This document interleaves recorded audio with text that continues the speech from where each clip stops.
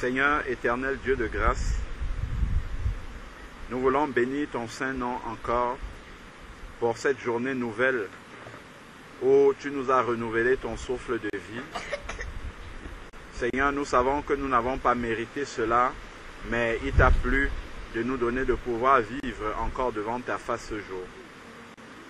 Père, nous voulons te témoigner notre reconnaissance encore de ce que tu as fait de nous des créatures nouvelles, que tu nous as attirés à toi et que tu nous as donné, Seigneur Dieu Tout-Puissant, l'assurance de la vie éternelle en Jésus-Christ. Seigneur Dieu, nous te bénissons encore parce que nous voyons ta grâce, nous voyons ta bonté dans la vie de tes enfants, Seigneur Père.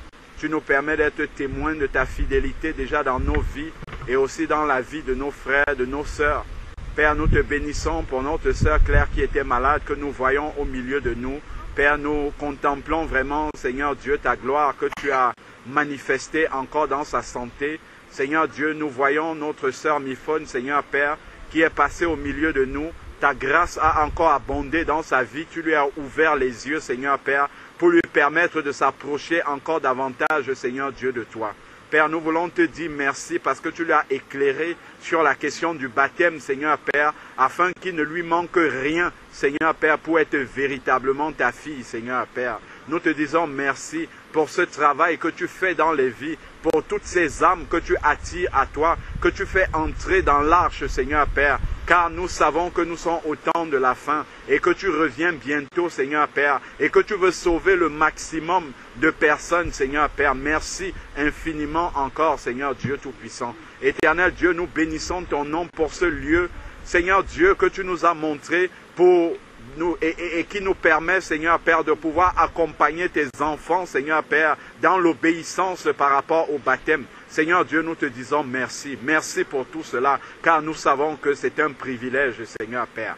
Nous voici réunis, Seigneur Dieu, par ta grâce encore devant ta face. Nous te prions de conduire ces moments par ton esprit, que seul ton projet, seul ton plan, seul ce que tu avais prévu pour cet après-midi puisse s'accomplir au milieu de nous, Seigneur Père. Que tu reçoives toute la gloire au nom de Jésus. Père, que nos cœurs puissent être disposés, ouverts à recevoir toutes les grâces que tu as prévues pour cet après-midi. Merci encore de venir nous accorder à chacun d'entre nous le supplément de vie que nous avons pour continuer le chemin, Seigneur Père, pour continuer à marcher sur le chemin étroit, Seigneur Père. Nous te bénissons, nous remettons tous ceux et celles, Seigneur Père, de nos bien-aimés qui ne sont pas encore là, Seigneur Père, qui sont en route, garde leur chemin jusqu'ici. Nous te prions pour ceux et celles qui n'ont pas pu se joindre à nous. Père, que là où ils sont, que ta grâce leur soit également favorable, Seigneur Père éternel. Père, viens encore, purifie nos cœurs, purifie nos âmes. Seigneur Dieu, nous te demandons pardon si en quoi que ce soit nous avons été hors de ta volonté. Seigneur Dieu, viens encore et lave-nous, Seigneur Père, afin que nous puissions nous tenir dans ta présence, car rien de souillé ne peut entrer dans ta présence, Seigneur Père. Reçois toute la gloire d'éternité en éternité, au nom de Jésus-Christ. Amen.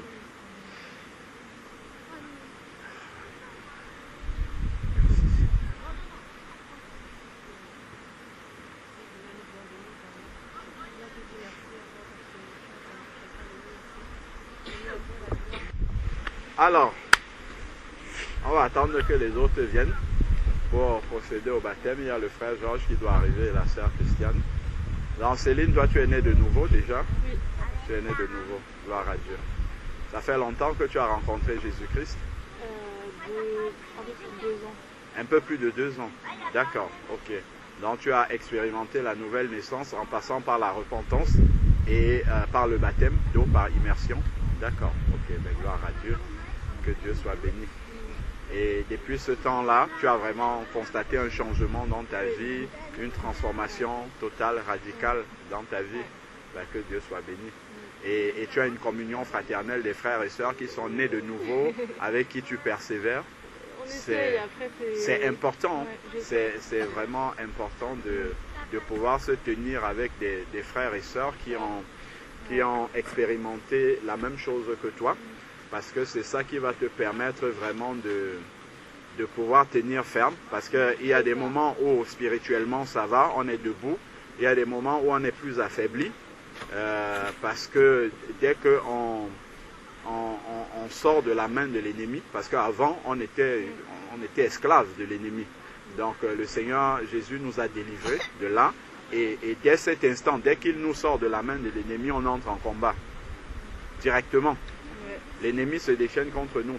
Donc dès l'instant que nous sommes dans ce combat-là, il va y avoir des jours où on sera dans la foi, on sera fort, et d'autres jours où bon, l'ennemi aura réussi à nous frapper quelque part où ça nous fait mal, et pendant qu'on a mal comme ça, il y aura une baisse de régime.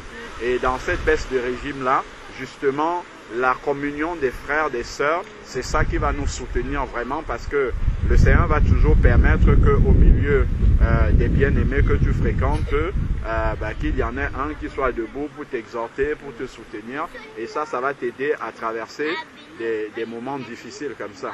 Donc c'est pour cette raison, enfin en tout cas c'est une des raisons déjà pour lesquelles la communion fraternelle est vraiment importante. Et ça on peut le voir même avec le Seigneur Jésus. Dès qu'il a commencé son ministère, quand il a été baptisé par Jean-Baptiste, il est parti, en tout cas il a été conduit par l'Esprit de Dieu dans le désert, où il a été tenté par Satan, ainsi de suite. Et dès qu'il est sorti de là, il aurait pu commencer à prêcher directement, mais c'est pas ça qu'il a fait.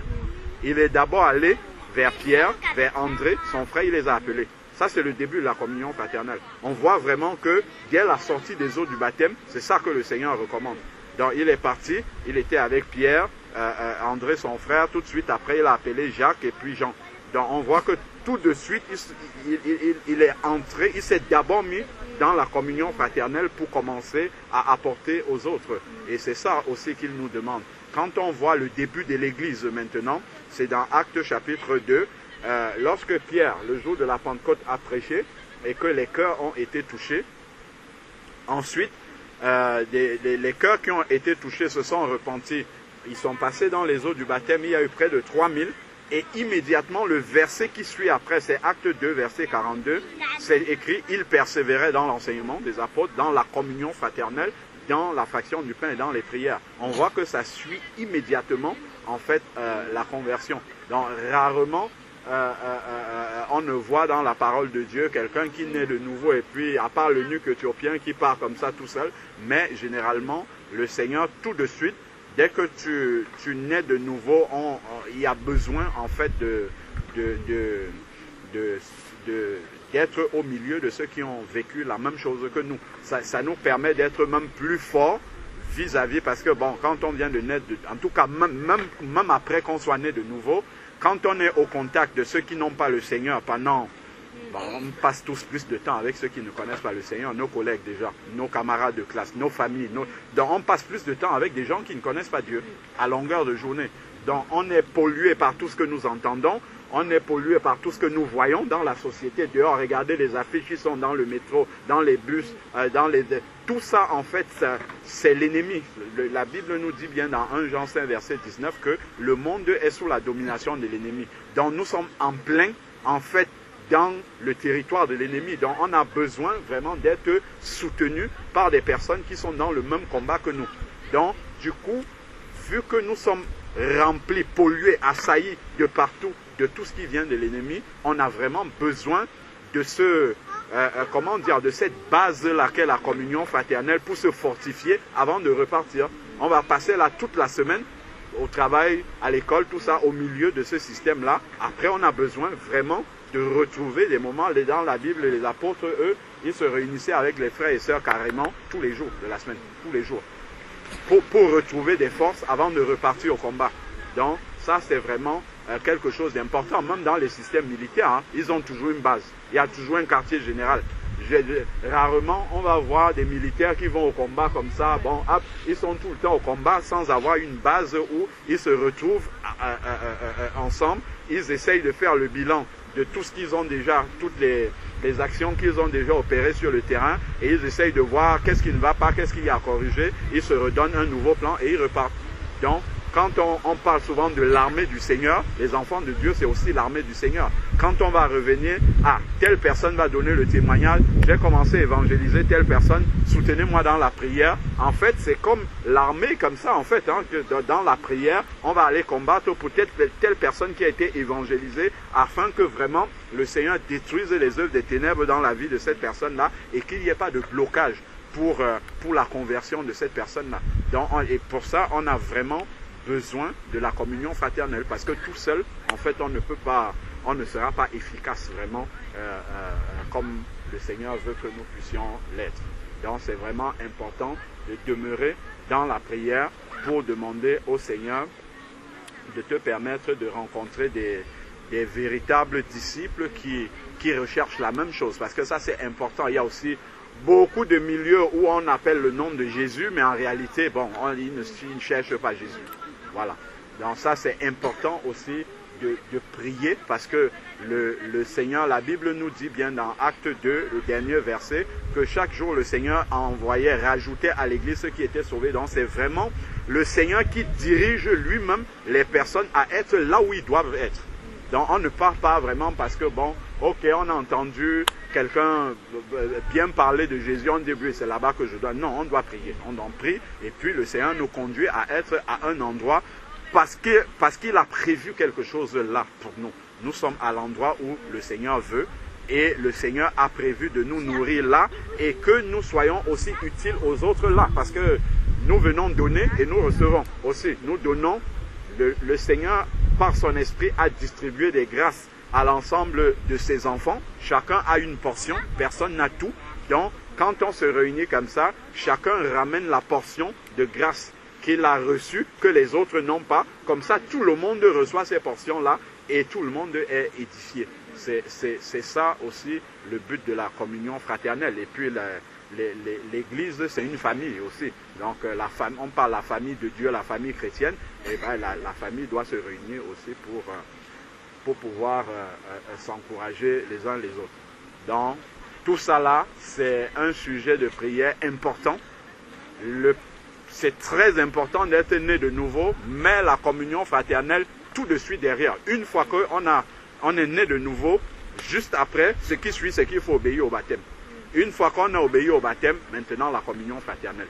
Tant qu'on n'a pas, on n'a pas encore de solution du Seigneur par rapport à ça, il ne faut pas dormir. Il ne faut pas rester à la maison, regarder YouTube et dire ok c'est bon je suis. Non, ça c'est pas la volonté de Dieu. Il faut vraiment rechercher,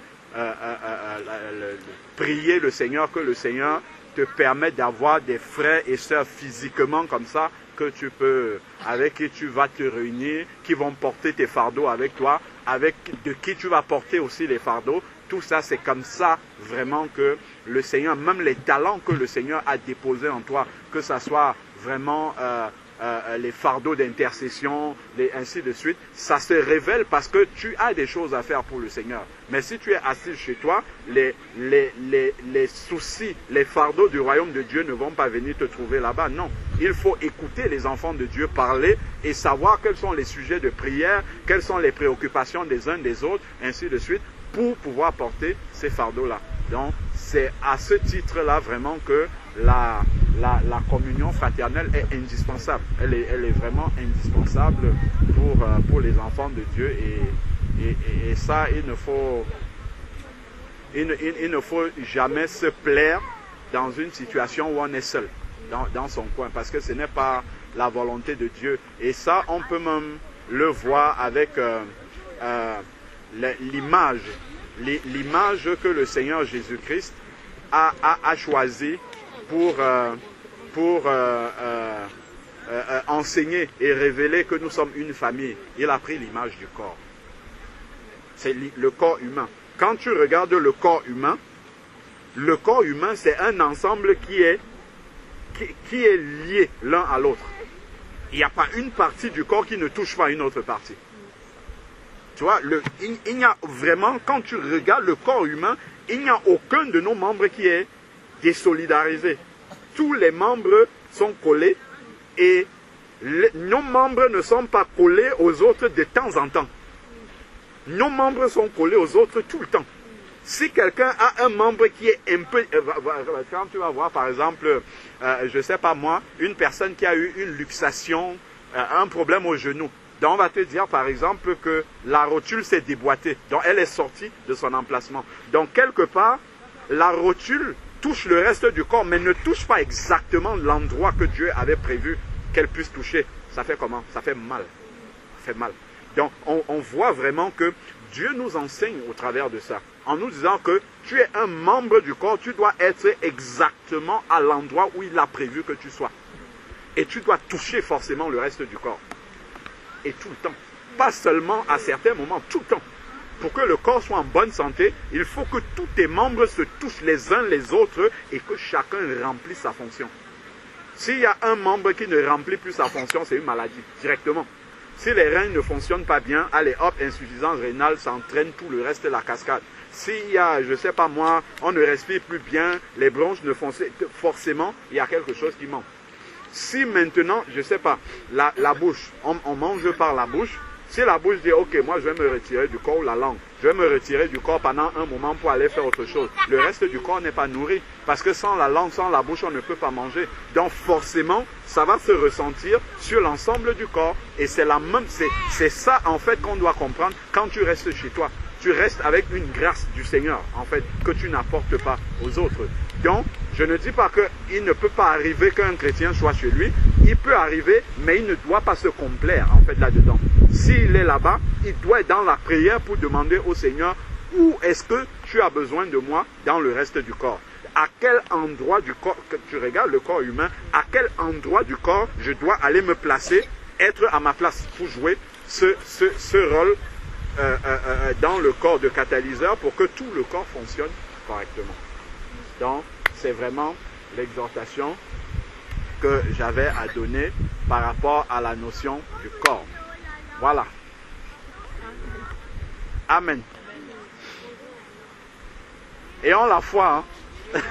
Le baptême, c'est toujours un combat. Moi, je ne suis jamais venu ici où le soleil brille comme ça du début. C'est toujours la guerre. Dès qu'il y a un baptême, soit la pluie va vouloir nous chasser, ainsi de suite. Nous sommes déjà là, faisons confiance au Seigneur. On va prier, on va baptiser, et puis on va continuer à partager. Gloire à Dieu. Que Dieu vous bénisse. Soyez la bienvenue. Bon.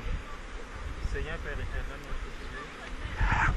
nous voulons te dire merci et te rendre grâce, Père, pour ce moment que tu nous accordes. Père, tu nous as dit, je suis avec vous tous les jours jusqu'à la fin des temps. Amen. Seigneur, merci parce que c'est toi qui as créé la pluie, le soleil, les vents et tout cela t'est soumis. Amen. Père, nous savons que tu es celui qui dit et la chose s'accomplit. Alléluia. Père, que cette pluie puisse s'arrêter au nom de Jésus-Christ. Amen. Seigneur Dieu, nous sommes tes enfants, nous sommes le corps de Christ. Et nous savons, Père, que ce que tu veux, c'est que ta volonté s'accomplisse sur la terre comme au ciel. Père, aide-nous à vraiment élever les voix vers toi et que personne ici au milieu de nous ne soit intimidé par ce que la nature peut être en train de vouloir faire ou parce que par ce qui se passe autour de nous. Mais Seigneur, dispose nos cœurs, dispose-nous vraiment à faire toutes choses du début jusqu'à la fin comme toi-même tu l'as prévu. Merci Seigneur parce que tu protégeras non seulement les enfants qui sont là, mais aussi tous ceux qui sont, Père, dans ce parc, dans cet endroit, Seigneur, afin que le témoignage qui doit être donné puisse leur être donné vraiment avec joie, avec amour. Seigneur. Père, que toute la gloire te soit rendue au nom de Jésus-Christ. Seigneur, merci pour ce baptême qui va avoir lieu. Seigneur, merci pour cette sœur qui est arrivée au milieu de nous. Amen. Père, nous te prions toi-même d'accomplir l'œuvre pour laquelle elle est arrivée là. Alléluia. Seigneur, et qu'elle reparte vraiment avec ce que tu veux lui dire. Amen. Et ce que tu veux lui enseigner aujourd'hui. Amen. Que toute la gloire, Père, te soit rendue au nom de Jésus. Amen. Amen. Amen. Amen.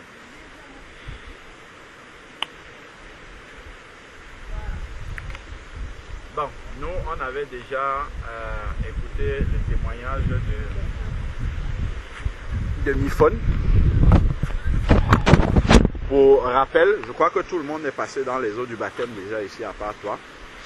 Le baptême est un engagement public de sa foi.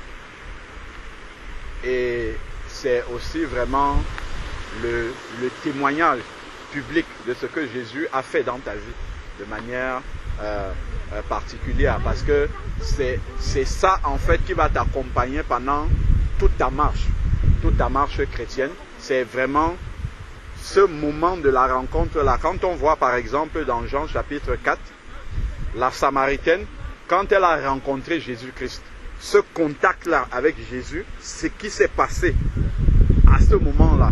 Jésus va parler avec elle, donne-moi de l'eau, ainsi de suite. Après, il va arriver au niveau, va appeler ton mari, et puis elle va dire, je n'ai pas de mari. Il va dire, oui, tu as eu un mari, celui avec qui tu es n'est pas le tien. Et c'est sur cette rencontre-là qu'elle dépose sa cruche et qu'elle va témoigner Jésus-Christ. Elle va dire, j'ai rencontré quelqu'un qui m'a dit tout ce que j'ai fait. Donc, on voit vraiment que c'est le moment de cette rencontre-là qui est la base même, en fait, de sa vie chrétienne. Donc, pour nous également, le témoignage de notre rencontre avec Jésus-Christ, ce qui nous a attirés à lui est vraiment quelque chose que nous devons toujours savoir, que nous ne devons jamais oublier.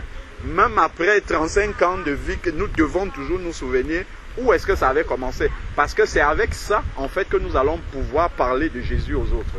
Puisqu'on va d'abord commencer, avant de dire à quelqu'un, Jésus peut faire ça, ça, ça, ça dans ta vie, il a fait ça pour moi déjà.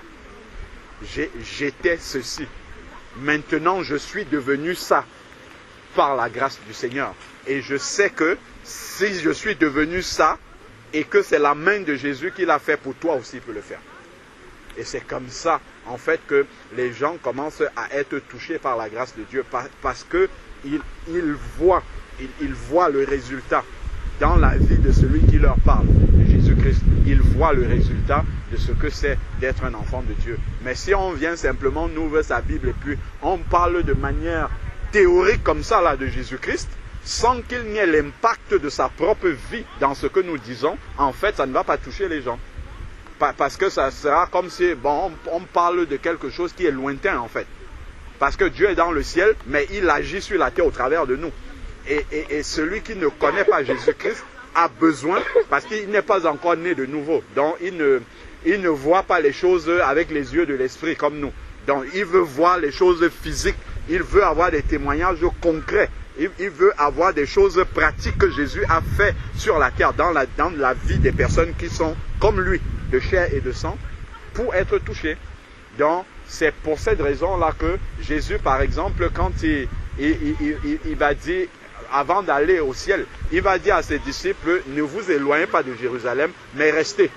Car la promesse va arriver, le Saint-Esprit, la puissance de Dieu va arriver, et il dit la première chose qui va suivre l'arrivée du Saint-Esprit, il dit, et vous serez mes témoins. Et vous serez mes témoins. Donc, vous allez témoigner de mon nom, de ce que j'ai fait à d'autres personnes. Donc, ça là, c'est aussi vraiment, on parlait de la communion fraternelle. Donc, juste derrière la communion fraternelle, c'est ça qui va suivre. Je me fortifie dans la communion fraternelle, mais ce n'est pas non plus pour rester tout le temps uniquement dans la communion fraternelle. Donc, la communion fraternelle, c'est comme le quartier général de l'armée. Donc, une fois qu'on a prié ensemble, on a déposé les plans de guerre, ainsi de suite, après, maintenant, il faut aller au combat. Au combat, là, c'est aller au contact des gens qui ne connaissent pas Jésus. C'est de témoigner partout où nous sommes, que nous soyons au travail, tout ça, que l'on puisse voir la manière dont nous vivons, que c'est différent de nos collègues qui ne connaissent pas Jésus. Je ne sais pas, moi, nous sommes dans la rue, quelqu'un nous insulte, on ne répond pas. Tout ça, en fait, c'est la guerre déjà. C'est la guerre contre l'ennemi. Et donc, on doit être conscient, en fait, de ça. Et tout ce travail-là va partir, en fait, de ce que Jésus a fait pour nous dès le début. C'est ça qui va nous fortifier. Donc, si vraiment tu veux nous donner ton témoignage personnel de ce que le Seigneur a fait et qui te pousse aujourd'hui à vouloir passer dans les eaux alors qu'il pleut là maintenant. Je crois que je crois que même tous ceux qui sont ici vont être tellement scandalisés que tu passes dans les eaux là alors qu'il pleut. Donc il faut, pour que vraiment ça ait un sens, il faut que ce que tu nous dises qui te motive alors qu'il pleut, de ne pas changer d'avis, il faut que ça en vaille la peine. Hein? Si ça n'en vaut pas la peine, je vous assure qu'on va chercher un abri là-bas, on reste tous sous l'abri et puis on prie, on rentre. Mais que ça vaille la peine que nous descendions là, ça glisse. Hein? On va descendre, il pleut, on va te plonger dans les eaux du baptême. Il faut que nous-mêmes qui allons faire ça, que nous sachions que ça vaut la peine de prendre autant de risques que de descendre. Hein? Et que nous n'allons pas descendre faire juste un bain. Parce que si c'est juste un bain, bon ça c'est pas... Je crois que les sœurs peuvent t'aider. Vous allez trouver une baignoire quelque part, les sœurs vont te laver et puis c'est terminé. Mais s'il faut que nous on descende là-bas, il faut vraiment que nous soyons encouragés et que nous sachions que non, ça vaut la peine. Ça vaut la peine de descendre là-bas dans ce temps-ci qui est un peu... qui est pluvieux, de pouvoir le faire. Que Dieu te bénisse. Amen. Ce qu'il a fait dans ta vie.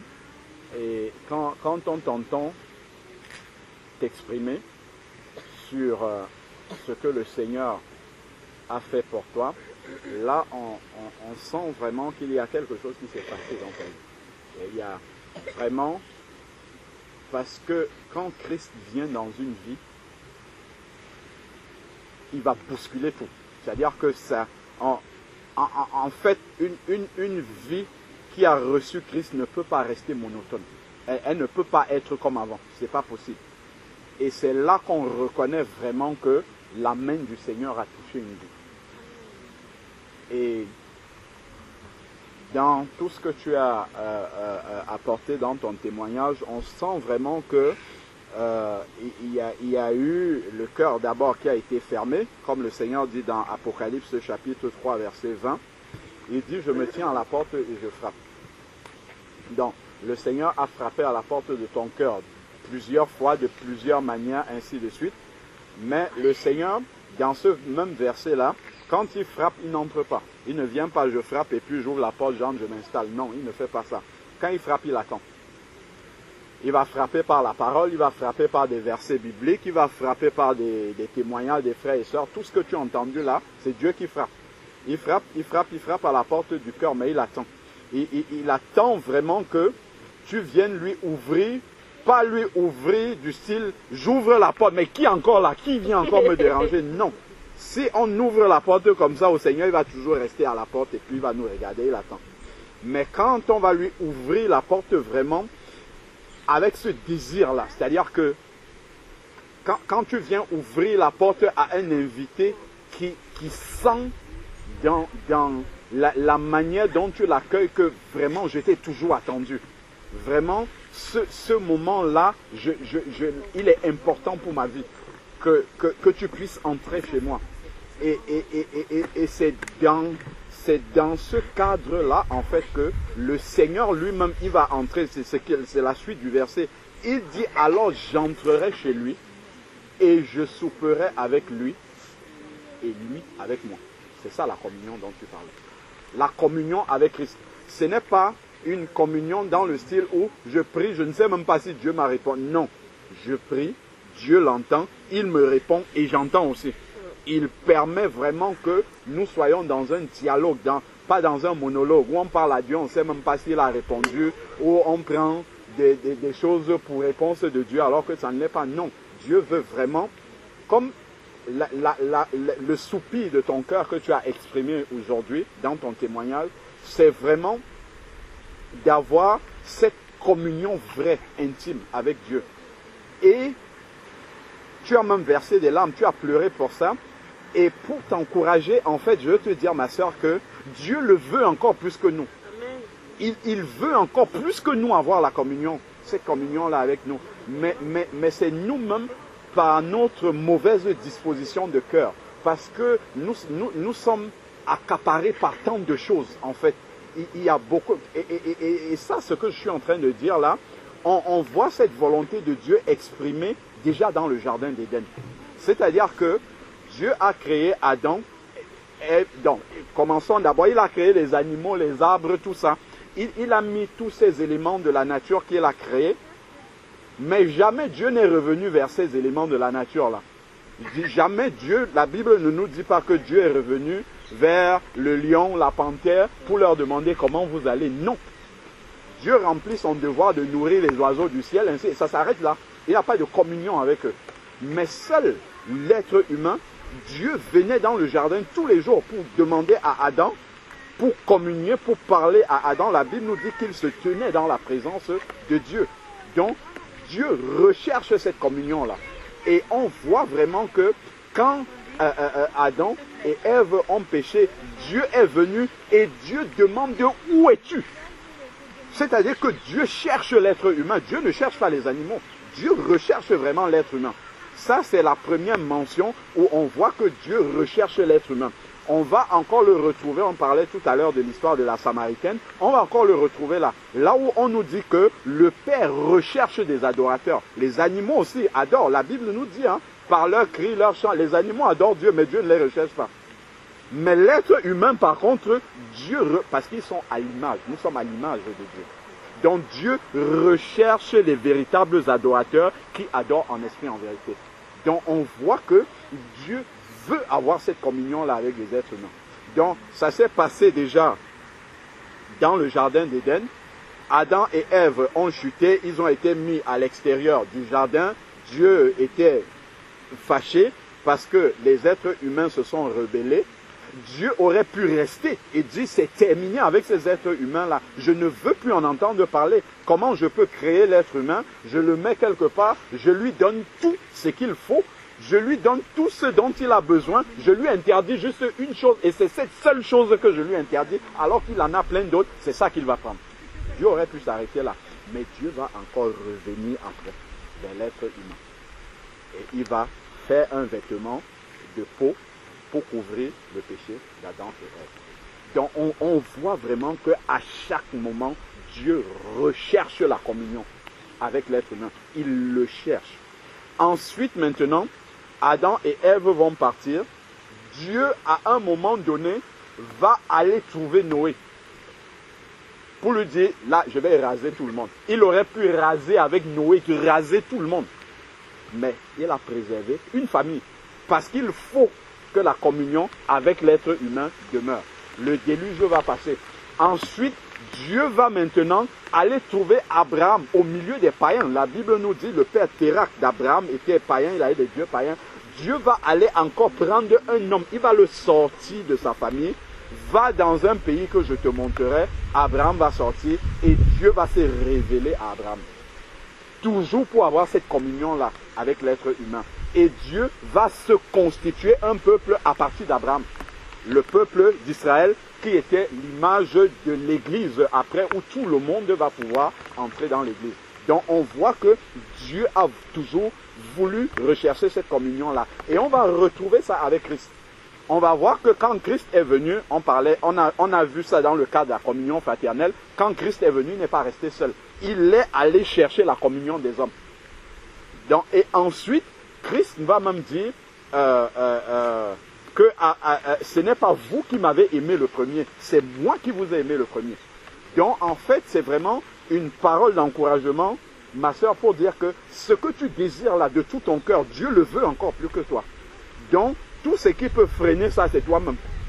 Tout ce qui peut freiner notre communion avec Dieu, c'est nous-mêmes. C'est si nous ne laissons pas suffisamment de place à Dieu, si nous limitons. C'est-à-dire que si dans la vie de quelqu'un, il ouvre suffisamment d'espace à Dieu, dans sa vie, Dieu va occuper toute cette place-là.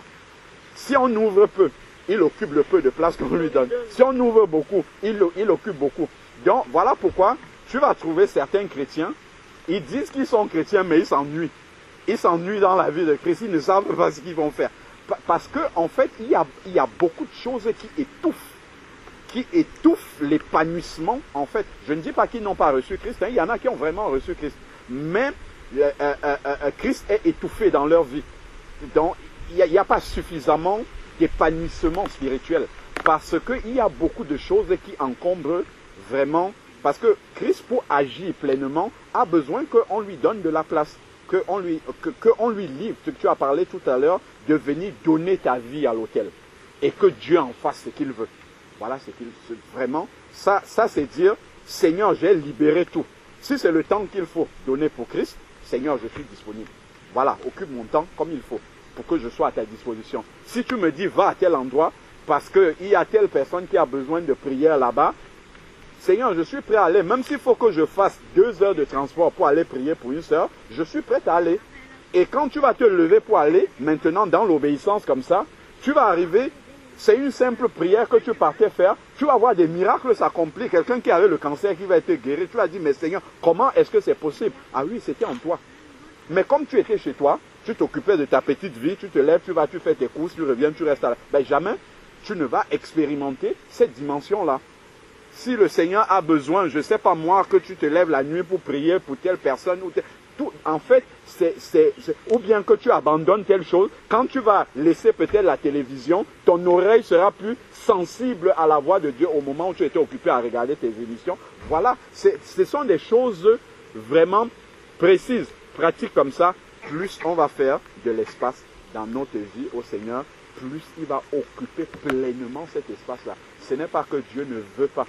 Dieu veut pleinement avoir cette communion-là avec nous. Maintenant, il ne faut pas oublier que Dieu est un Dieu saint. Donc, pour que Dieu puisse s'épanouir dans une vie, Dieu s'épanouit dans la sainteté. C'est-à-dire qu'il faut qu'on lui ait préparé le terrain, le terrain déjà par la repentance. Donc, c'est pour ça qu'il faut la repentance avant, pour que ça soit nettoyé pleinement et que Dieu ne trouve pas... Donc, bien sûr, il y a des choses qu'on va oublier. Bien sûr, il y a des choses au moment de la repentance, on n'est pas encore éclairé. Plus on va avancer dans le Seigneur, plus on va... Ah oui, tiens, même ça c'était un péché. Ok Seigneur, je te demande pardon et j'abandonne. Donc, ça, il faut... C'est une question de foi maintenant. Parce que tu as dit, mes frères, priez, on va prier. Ça, il n'y a pas de problème, on va prier. Mais maintenant, en fait, il faut que tu aies la foi dès le début, que Dieu désire cette communion-là plus que toi-même. Donc, en fait, il ne faut pas partir dès qu'il y a quelque chose qui ne... Oh, ça a encore recommencé, c'est encore comme avant. Je pensais que le baptême, c'était la solution miracle, mais finalement, même le baptême n'a pas résolu mon problème. Ça, le diable va venir avec cette pensée-là. Ça, il faut en être sûr. Il faut être sûr que si, quand le diable voit une faiblesse dans notre vie, il va entrer, il va essayer d'exploiter cette faiblesse-là pour nous affaiblir davantage, pour essayer de nous faire douter. Parce que le diable va toujours venir, comme dans le jardin d'Éden. Ève, Dieu a-t-il réellement dit ça? Tu dis que, tu as pleuré devant les frères. Qu'est-ce qui te fait croire que ce n'est pas comme tu pleurais à l'assemblée là-bas? Tu vois, en fait, c'est des petits... Dans ta pensée, il y a ce combat-là qui va venir. Et maintenant, qu'est-ce qui va t'aider à avoir la pleine victoire par rapport à ça? C'est la foi, en fait, que tu vas prendre dans la parole de Dieu. Le Seigneur nous dit dans Éphésiens chapitre 6, vers le verset 15 en descendant, il va nous dire, quand il parle des armes spirituelles, il y a une arme particulièrement, c'est l'arme de la foi. Il va dire, prenez le bouclier de la foi avec lequel vous pourrez éteindre tous les traits enflammés de l'ennemi. Il ne dit pas certains traits, il dit tous. Si on prend sa parole par la foi, en disant, Seigneur, aujourd'hui, j'ai réalisé, mais maintenant, il me manquait une seule chose, que ta parole dit, clairement, spirituellement, quand je regarde ma vie, je me suis repenti. Quand je regarde la parole de Dieu, il me manquait une chose, le baptême. Oui, tu demandes le baptême, je n'avais pas obéi, c'est normal qu'il puisse m'arriver si ça, que le diable puisse encore faire. Mais maintenant, il ne me manque plus rien. Là maintenant, il n'y a plus rien qui justifie que le diable ait une main mise dans quelques domaines de ma vie. Je vois quelque chose arriver, je me lève dans la prière. Satan, au nom de Jésus, j'ai la victoire dessus. Et je crois que le Seigneur m'a libéré de ça. Parce que le Seigneur ne va pas venir me libérer un peu. Non, il coupe les chaînes. Tac, terminé. Donc, et il faut en fait que tu aies cette mentalité de guerrière maintenant. C'est-à-dire que quand tu confesses une parole en Christ, que tu aies l'assurance que la parole que j'ai confessée là, c'est Dieu qui l'a dit et elle est vraie pour moi. Parce que Dieu ne fait pas de différence entre ses enfants. si j'ai des frères et sœurs qui marchent vraiment droit dans leur botte spirituellement et qui ont la confiance en Christ, il n'y a aucune raison que moi je sois un enfant fragile, Dieu ne pense pas suffisamment en moi ou moi je n'ai pas la victoire. Non, Dieu le fait pour tout le monde. Et le Seigneur le dit dans sa parole, il te sera fait selon ta foi. Donc, si tu prends cette parole-là avec peu de foi, ben, c'est peu de choses que tu vas voir aussi.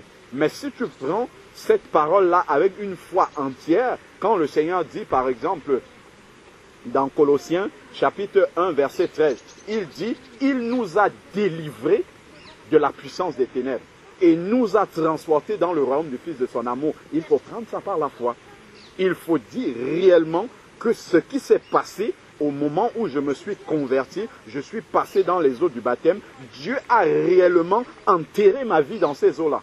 La prière qu'on a faite en demandant au Seigneur d'enterrer ma vie ancienne, il a exaucé cette prière. Il n'y a aucune raison qu'il ait laissé une partie dans l'eau et sortir l'autre partie. Non, il n'y a aucune raison que Dieu fasse ça. Donc quand le diable va venir dire, ah regarde ta vie, regarde tu as encore fait ça. Non. C'est parce que ma pensée n'est pas encore renouvelée. Dieu m'a délivré complètement. J'ai prié et Dieu a exaucé. Maintenant, il faut que ma pensée soit pleinement renouvelée pour que j'accepte moi-même réellement dans la pratique maintenant que effectivement c'est ça que Dieu a fait et que je marche comme quelqu'un qui est dans cette nouvelle vie-là, réellement. Et ça peut prendre un petit temps d'apprentissage en fait à être cette nouvelle personne qui est pleinement dans l'identité que Jésus-Christ t'a donné. Et il ne faut pas confondre cet apprentissage-là au fait que Dieu ne l'ait pas fait. Tu vois, il ne faut pas confondre ça. Et le diable, lui, il veut te faire croire que Dieu n'a pas fait. Que Dieu va faire, qu'il te manque quelque chose. Tu n'as pas fait quelque chose. Dieu veut encore que tu fasses quelque chose. Non, je suis repenti. Pierre le dit dans Actes chapitre 2, verset 38.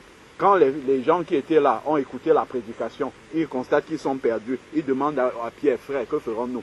Pierre dit, repentez-vous. 1. Soyez baptisés. Et vous recevrez le don du Saint-Esprit. Seigneur, j'ai obéi à ce commandement. Je me suis repenti, j'ai reçu le baptême, donc j'ai reçu le don du Saint-Esprit. Donc, je suis pleinement ton enfant. Il n'y a rien qui fait que je ne sois pas ton enfant. Donc, toute la liste de promesses que tu as fait pour tes enfants, ben, je suis au bénéfice de cette promesse-là. Je lis une promesse qui est écrite pour un enfant de Dieu, c'est pour moi. C'est pour moi. Mais ce n'est pas parce que c'est pour moi que je vais le voir dans ma vie. Et ça, ce n'est pas la volonté de Dieu. Si c'est pour moi, pour que je le vois dans ma vie, il faut que je prenne cette parole-là par la foi.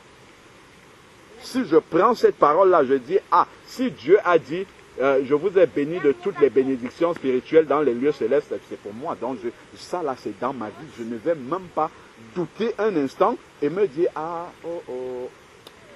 pour moi, je suis particulier.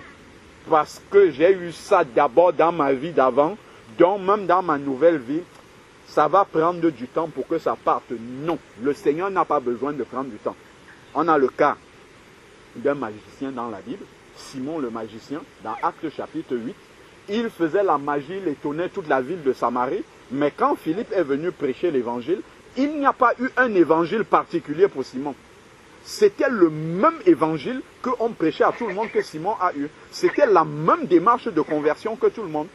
Il a écouté la parole, il a été repenti. Les apôtres disent abandonner les œuvres des ténèbres. Acte 19, 19, tous ceux qui avaient pratiqué les arts magiques venaient déposer là les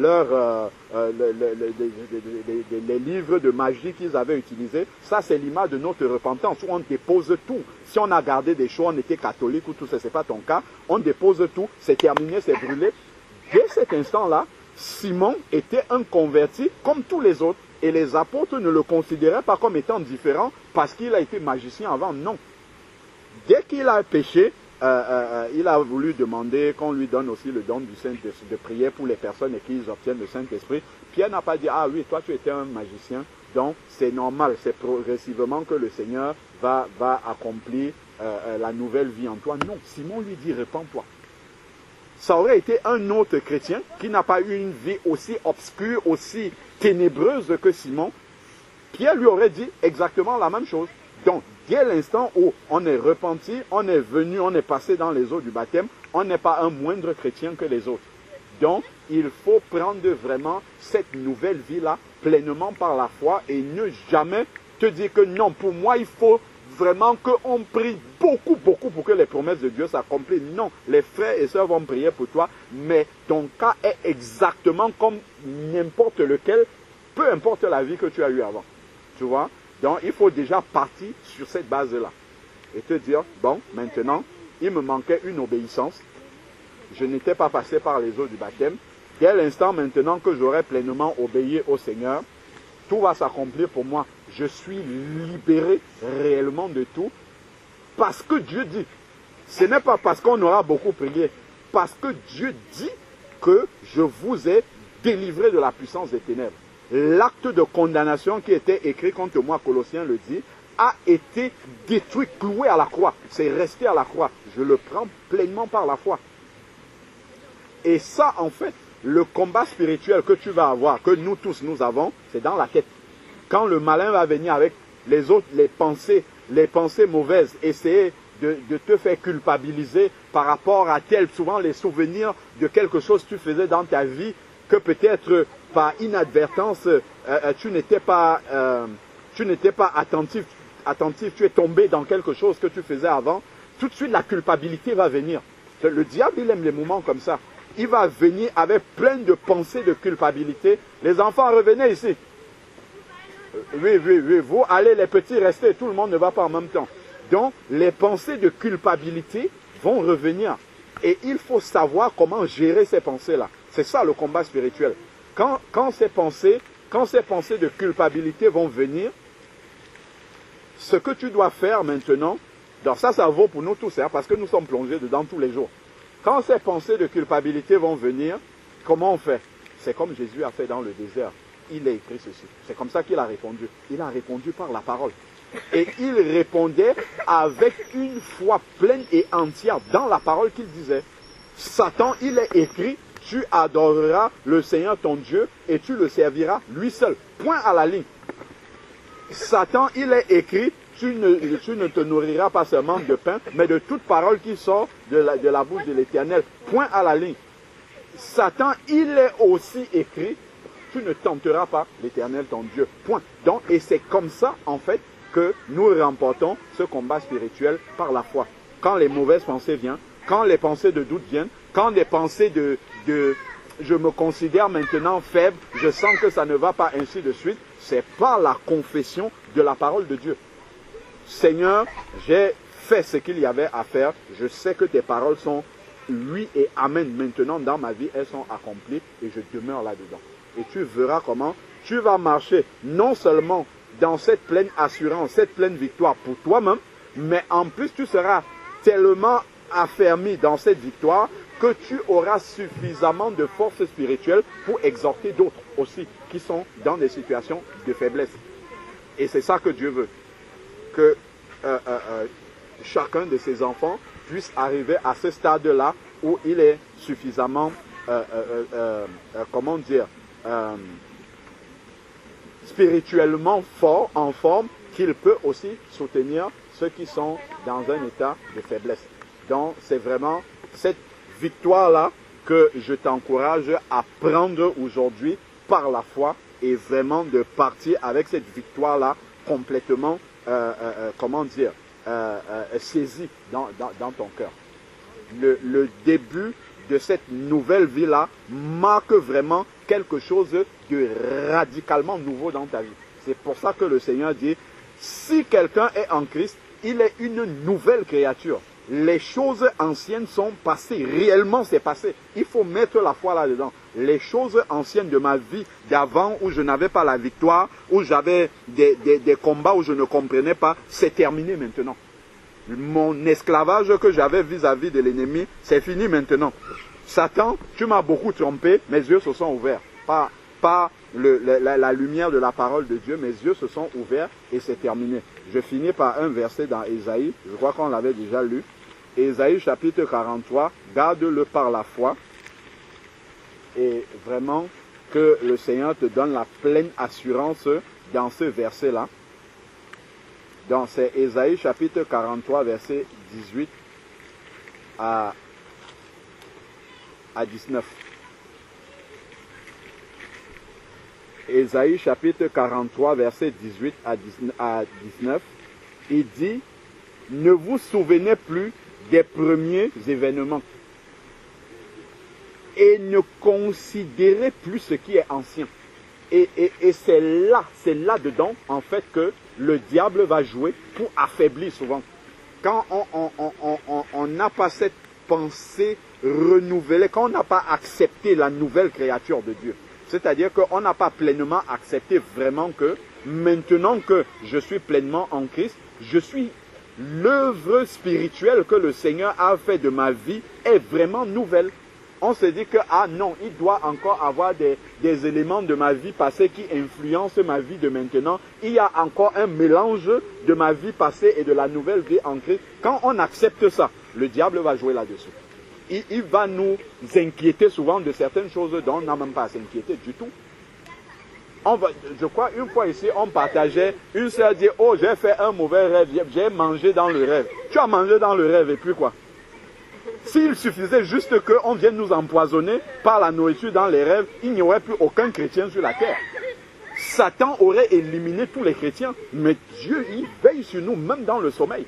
Le diable ne va pas, un marabout ne va pas venir nous empoisonner dans un rêve parce qu'on a mangé, non. Si quand on était des païens, lui, on n'a aucune protection, ok, le marabout peut venir dans un rêve, il te donne un poison, tu te lèves le matin, tu es mort. Lui, ça c'est possible. Mais si tu es un enfant de Dieu, Dieu ne va jamais accepter qu'une telle chose, que le malin ait une telle victoire sur son enfant. Parce que la Bible nous dit clairement que celui qui veille sur Israël ne sommeille ni ne dort. Donc celui qui veille sur son église là, il ne sommeille ni ne dort. Ça veut dire que pendant que nous dormons, lui ne dort pas pour veiller sur nous. Les anges de l'Éternel campent autour de ceux qui le craignent. Ils ne campent pas seulement quand nous sommes éveillés, même quand nous dormons, ils campent là autour de nous. Donc en dormant, je n'ai pas à avoir peur. Je n'ai pas à redouter que, comme je suis dans le sommeil, c'est une situation où je suis en position de faiblesse parce que je dors, l'ennemi va en profiter, il ne peut rien faire, même quand je dors. Donc, c'est important vraiment de prendre cette victoire nouvelle-là qu'on a en Christ. Les événements d'avant, là où on nous effrayait en nous disant, oh, dans le rêve, je ne dis pas qu'un enfant de Dieu ne peut pas être combattu dans le rêve. Il peut être combattu dans le rêve, mais il a les armes pour résister à cela. Ce n'est pas parce qu'il dort, en fait, que le diable peut en faire ce qu'il veut. Non, du tout. Donc, il dit bien, ne plus considérer. Le souvenir des choses anciennes peuvent venir dans ta tête. Ça peut venir comme un témoignage, comme tu l'as donné tout à l'heure. Avant, j'étais ça, je faisais ceci, ainsi de suite. C'est dans le sens de témoigner d'une situation dans laquelle tu étais avant. Et entre-temps, la croix de Christ est passée par là, tu es de l'autre côté maintenant.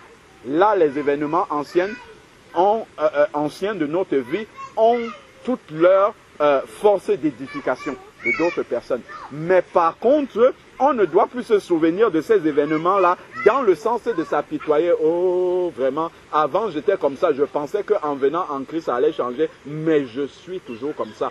Quand tu dis, mais je suis toujours comme ça, en fait, tu es en train de confesser que Jésus n'a pas fait ce qu'il dit, que tu es devenu dans la nouvelle créature. Ou alors que toi, tu es une créature nouvelle, mais exceptionnelle. Une créature nouvelle, mais il y a certains domaines où Christ n'a pas achevé la nouvelle créature. Il y a encore ça qui donne non. Donc, ne plus considérer les événements anciens. Ils existent. On peut s'en souvenir pour glorifier le nom du Seigneur de ce qu'il a balayé ça de notre vie, mais ne plus considérer que ces événements anciens-là ont encore une autorité, un pouvoir dans notre vie. Plus, non, du tout. Du tout. Parce que nous sommes une nouvelle créature, même les liens familiaux, les liens ancestraux, tout ce qu'on dit là, le Seigneur a coupé ça et il nous a greffé dans la nouvelle famille, en Christ, en Jésus-Christ. Mon grand-père peut avoir égorgé tout le village, mais si moi je suis devenu un enfant de Dieu spirituellement, je ne suis pas lié à lui. Tous ces crimes-là se sont arrêtés, ça c'est coupé pour moi ça n'agit pas sur moi, parce que je suis un enfant de Dieu greffé spirituellement à la famille de Dieu, non plus à ma famille physique. C'est terminé ça. Donc je suis véritablement une nouvelle créature.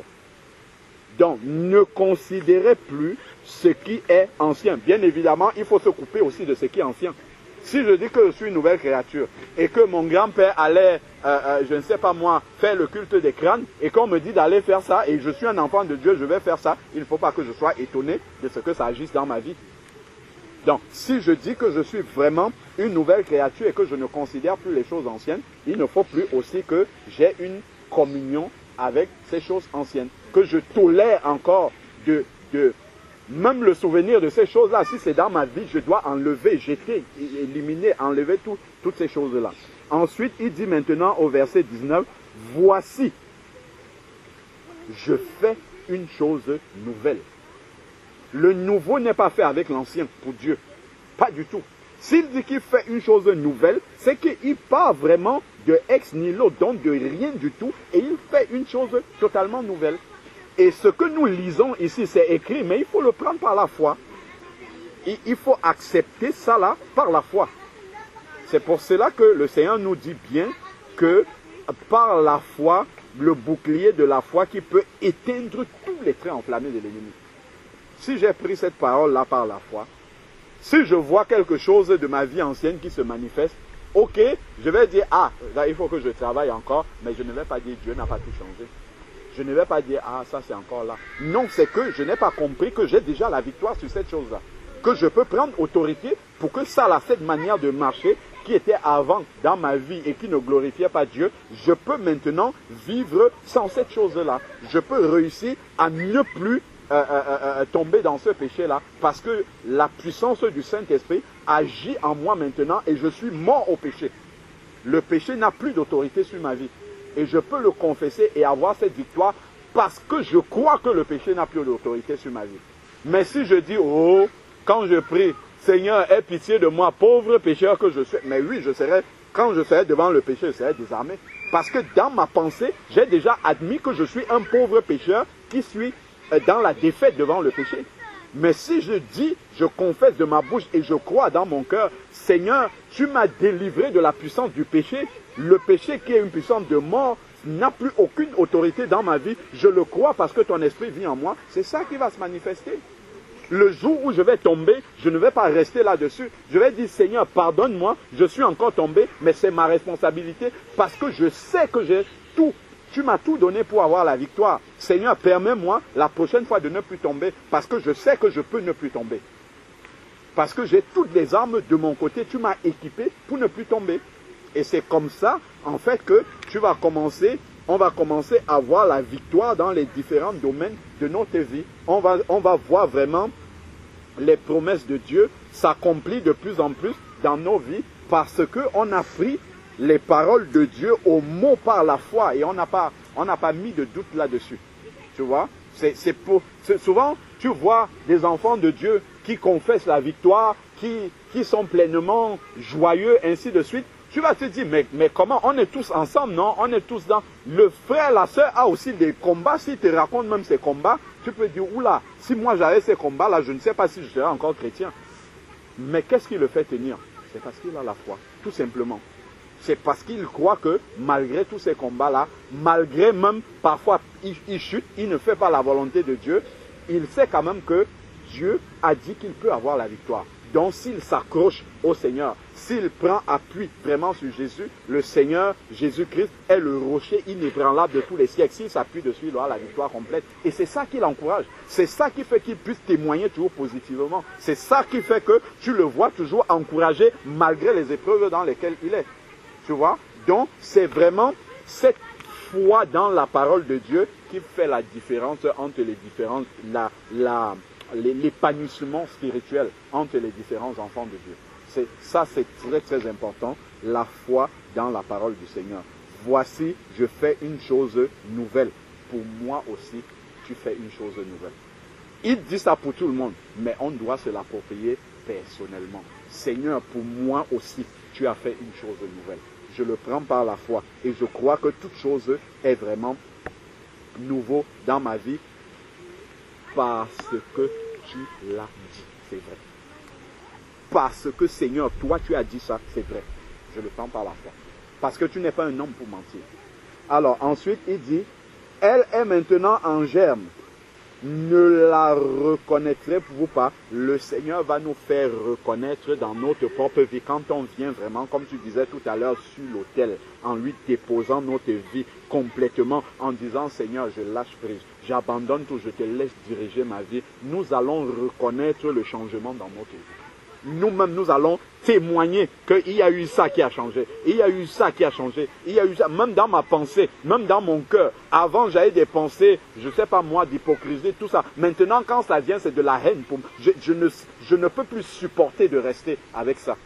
Alors qu'avant, je tolérais ça, ça ne me dérangeait pas, c'était ma vie normale. Maintenant, il y a quelque chose qui s'est passé. Dieu permet que nous reconnaissions nous-mêmes dans notre vie ces changements-là, pour nous encourager à aller de l'avant et se dire que quelque chose s'est passé réellement. Christ est vraiment venu dans ma vie. Donc, la chose nouvelle dont il parle là, je vois vraiment les effets dans ma vie personnelle. Donc, ne la reconnaîtrez-vous pas? Je mettrai un chemin dans le désert. Ça, c'est un grand encouragement du Seigneur. C'est-à-dire que même si je me retrouve dans le désert, il n'y a rien, il n'y a que le sable et le ciel, il n'y a pas de voie où marcher, je mettrai un chemin, c'est-à-dire que même si je me trouve moi en tant qu'enfant de Dieu, dans une situation qui est sans issue pour tous les êtres humains sur la terre, Dieu peut créer une solution pour moi. Si je me retrouve dans l'impasse où tout le monde a déjà confessé que celui-ci, c'est terminé pour lui dans quelque domaine de ma vie que ce soit. Lui là, c'est terminé. Il est bloqué. Il ne peut rien faire pour sortir de cette situation-là. Il va se compromettre. C'est la seule solution. Tout le monde se compromet. Toi, tu dis, je suis un enfant de Dieu, Seigneur, ouvre-moi les portes. Le Seigneur va ouvrir une porte que personne n'a imaginé que cette porte-là existe. Cette porte-là peut être créée pour toi tout seul. Dieu peut faire changer, pour ceux qui ont des problèmes administratifs, Dieu peut faire changer une loi dans un pays pour un seul de ses enfants.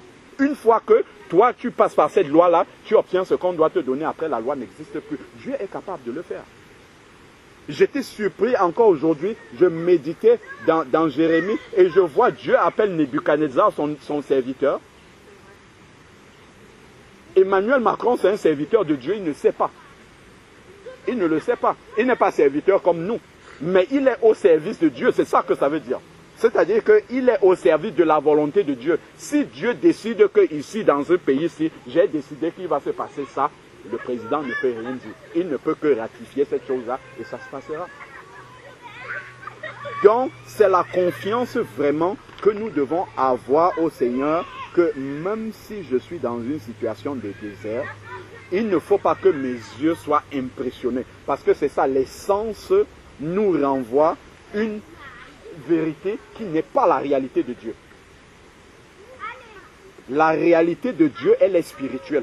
Elle ne se mesure pas par les sens, ce que mes yeux voient, ce que mes oreilles entendent, ce que mes narines sentent, ainsi de suite. Ça, ce n'est pas la réalité de Dieu.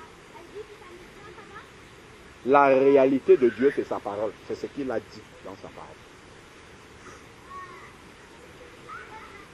Donc, il dit, même si tu es dans le désert, ne t'inquiète pas parce que c'est désert et il n'y a rien. Il peut créer un chemin dans le désert au moment où il veut. Donc, ce n'est pas parce que c'est le désert que Dieu ne peut pas agir. Ce n'est pas parce qu'il n'y a pas d'issue que Dieu aussi est démuni. Si par exemple quelqu'un est malade, il a un cancer en phase terminale, ce n'est pas parce que les médecins ont déposé les armes que Dieu a dit son dernier mot. Non. Dans cette situation-là, où les hommes, venez ici, venez là, où les hommes n'ont plus de solution, Dieu peut venir et il crée une solution. Il crée une solution, comme je me souviens du témoignage de cette dame-là qu'on voyait sur Internet, une dame qui était musulmane même d'abord à la base,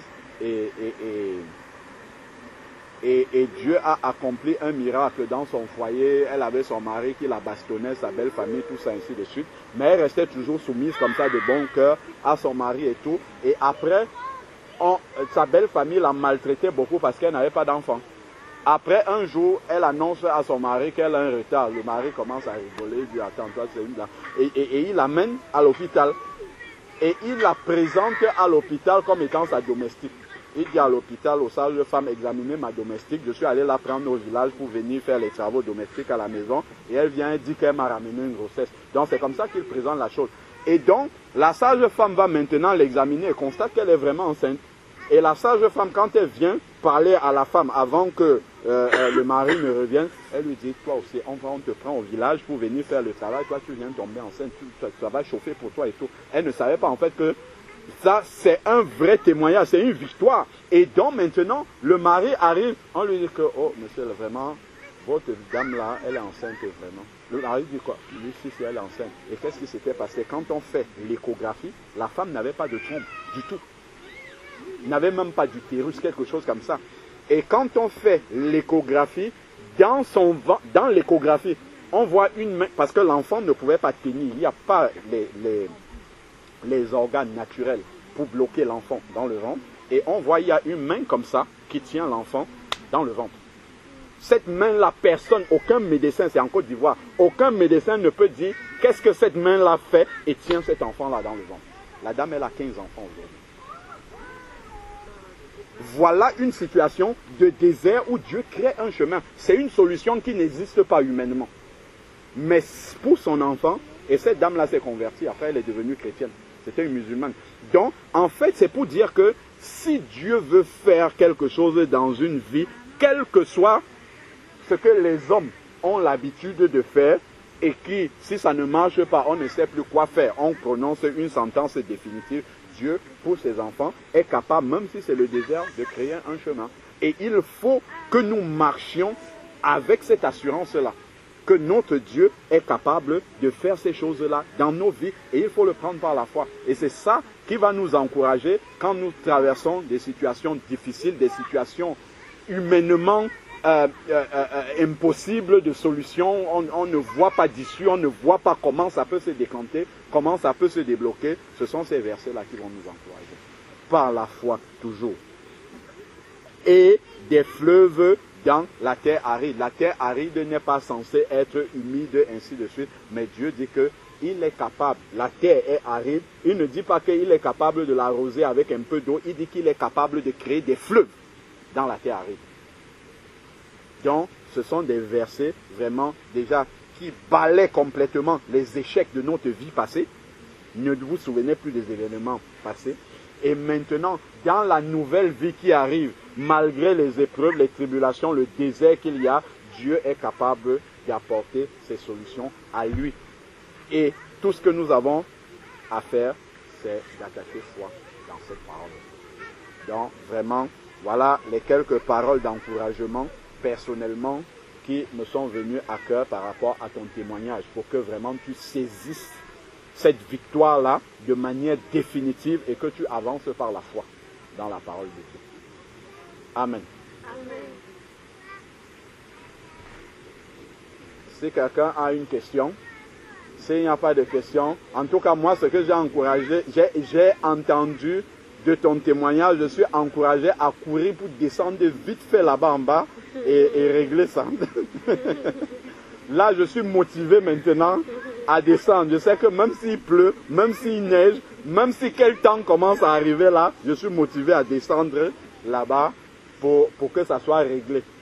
Devant le Seigneur, devant les anges, devant l'église de Jésus, devant les démons, devant Satan, qui t'a maintenu toujours, comment dire, dans un état de faiblesse, pour que lui-même il comprenne que aujourd'hui, Miphone connaît la vérité maintenant. Amen. La lumière du Seigneur est venue l'éclairer, elle connaît la vérité maintenant, et qu'il ne va pas continuer à te maintenir en prison alors que la porte de la prison est ouverte. Parce que souvent, certains enfants de Dieu, comme ils ne prennent pas la parole de Dieu par la foi, on va te dire, le Seigneur t'a libéré, tu n'es plus esclave de telle chose, mais il va continuer à marcher comme un esclave. C'est un peu comme, il y a un frère qui prenait l'exemple de l'esclavage aux États-Unis. Lorsque on avait annoncé l'abolition de l'esclavage, il y a des endroits où les esclaves sont restés. Ils ont continué à rester là-bas parce que certains n'étaient pas informés que l'esclavage n'existe plus, c'est fini, ils peuvent partir. le maître n'est pas celui qui va dire, écoutez, l'esclavage n'existe plus, partez, il va vous laisser là. Tant que vous êtes ignorant, vous restez là. Le jour où ils vont savoir que la loi a été votée, allez, maître, terminé, hein, tu n'es plus mon maître, il sort, il part. De la même manière, quelqu'un peut être assis dans la prison, il est assis là, on est déjà venu, on a payé sa caution, donc il n'est plus prisonnier. Il peut se lever et partir, la porte est ouverte, il ne sort pas. Il reste assis. La porte est ouverte, il regarde la porte de la prison, il se dit, si je sors là, on va m'arrêter. Il ne sait pas que ça a déjà été payé, donc il peut sortir. C'est un peu ça, Jésus a payé le prix, il nous a libérés, mais nous restons assis là dans la même prison qu'avant. On dit, hey, si je sors là, le diable peut m'attraper. On ne dit pas ça, on ne confesse pas, mais dans notre pensée, c'est ça en fait. Dans notre manière d'agir, dans les pensées, en fait, on accepte ces pensées du diable là, qu'il peut encore agir. C'est un peu comme le prisonnier qui dit, si je sors là, on va m'arrêter. Si je sors là, ça va chauffer pour moi. Alors que, en réalité, s'il sort là, même les gardes prisonniers et tout vont dire, allez-y, vous avez le droit, sans aucun problème. Amen.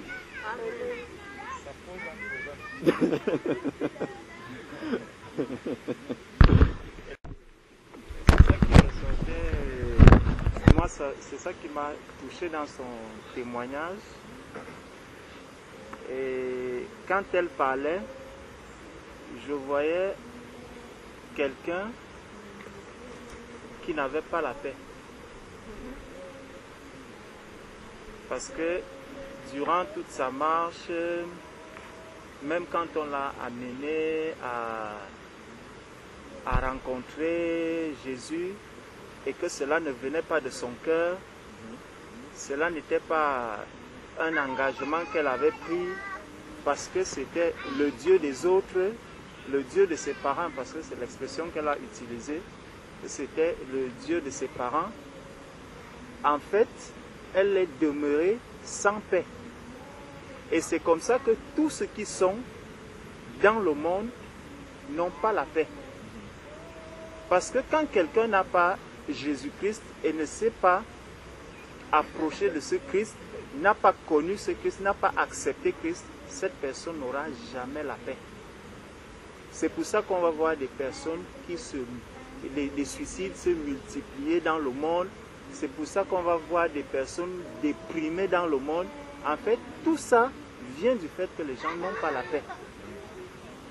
Vous allez voir des gens qui montent, qui descendent, qui grèvent à longueur de l'année, tous les jours, on vous dit il y a grève à cet endroit. En fait, les gens n'ont pas la paix. Et quand j'ai écouté son message, je suis allé voir un peu à quel moment est-ce que Jésus a dit à ses disciples, je vous laisse la paix, je vous donne ma paix. Amen. Amen. C'est frappant parce que il y a une succession de choses qui se passent. Et lorsque Jésus va leur dire, je vous laisse la paix, je vous donne ma paix, il va dire encore quelque chose. Prenons un peu Jean. C'est dans Jean chapitre 14. Dans Jean chapitre 14, à partir du verset 25. Jean 14, verset 25, il dit, « Je vous ai dit ces choses pendant que je demeure avec vous. »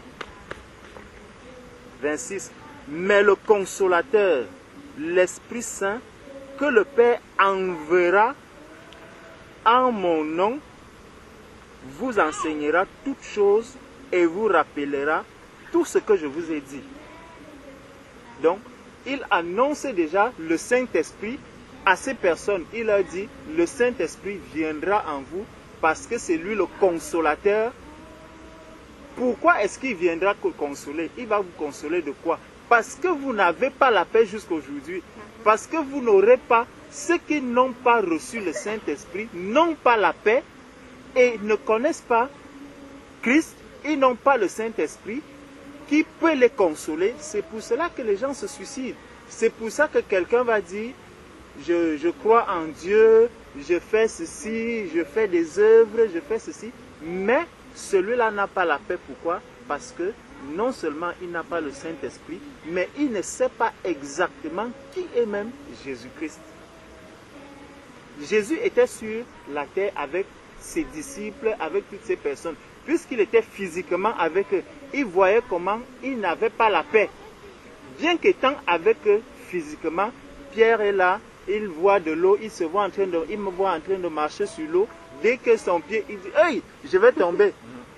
Le Seigneur lui tient la main et il lui dit, jusqu'à quand je serai avec vous. Mais en fait, le Seigneur voyait toutes ces choses et il a compris que ces personnes-ci, en fait, il leur manque quelque chose, c'est la paix.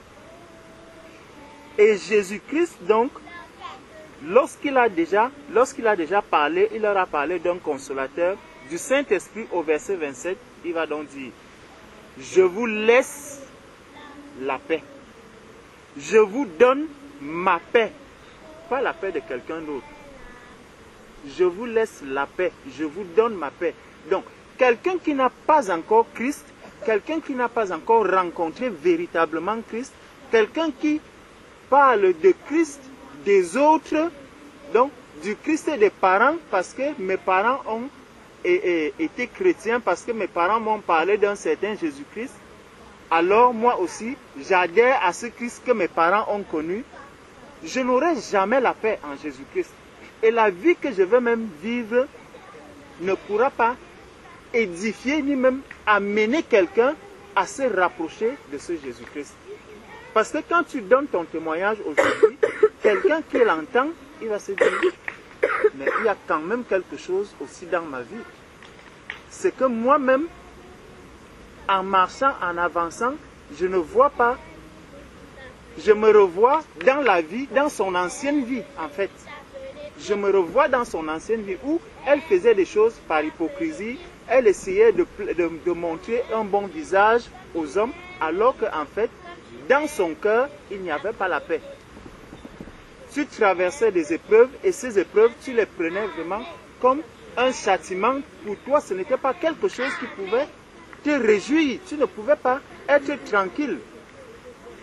Beaucoup de personnes aujourd'hui, quand tu vois un véritable enfant de Dieu qui traverse des moments difficiles, tu lui poses la question, comment tu vas? S'il commence à te dire vraiment, je suis abandonné, et tout, demande à celui-là, est-ce que tu as Christ avec toi? Parce que si tu as Christ, tu n'as pas à pleurer. Le Seigneur a dit, je suis avec vous. Je suis avec vous tous les jours, jusqu'à la fin des temps. Je suis avec vous. Donc, celui qui a Christ doit déjà avoir cette assurance. Par la foi, il doit savoir que Christ est avec lui.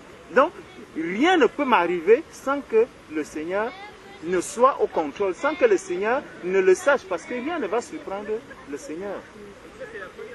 Donc, si quelqu'un vient par exemple me gifler, je dois savoir que Christ a laissé cette personne me gifler, et parce qu'il veut voir comment est-ce que moi je vais réagir.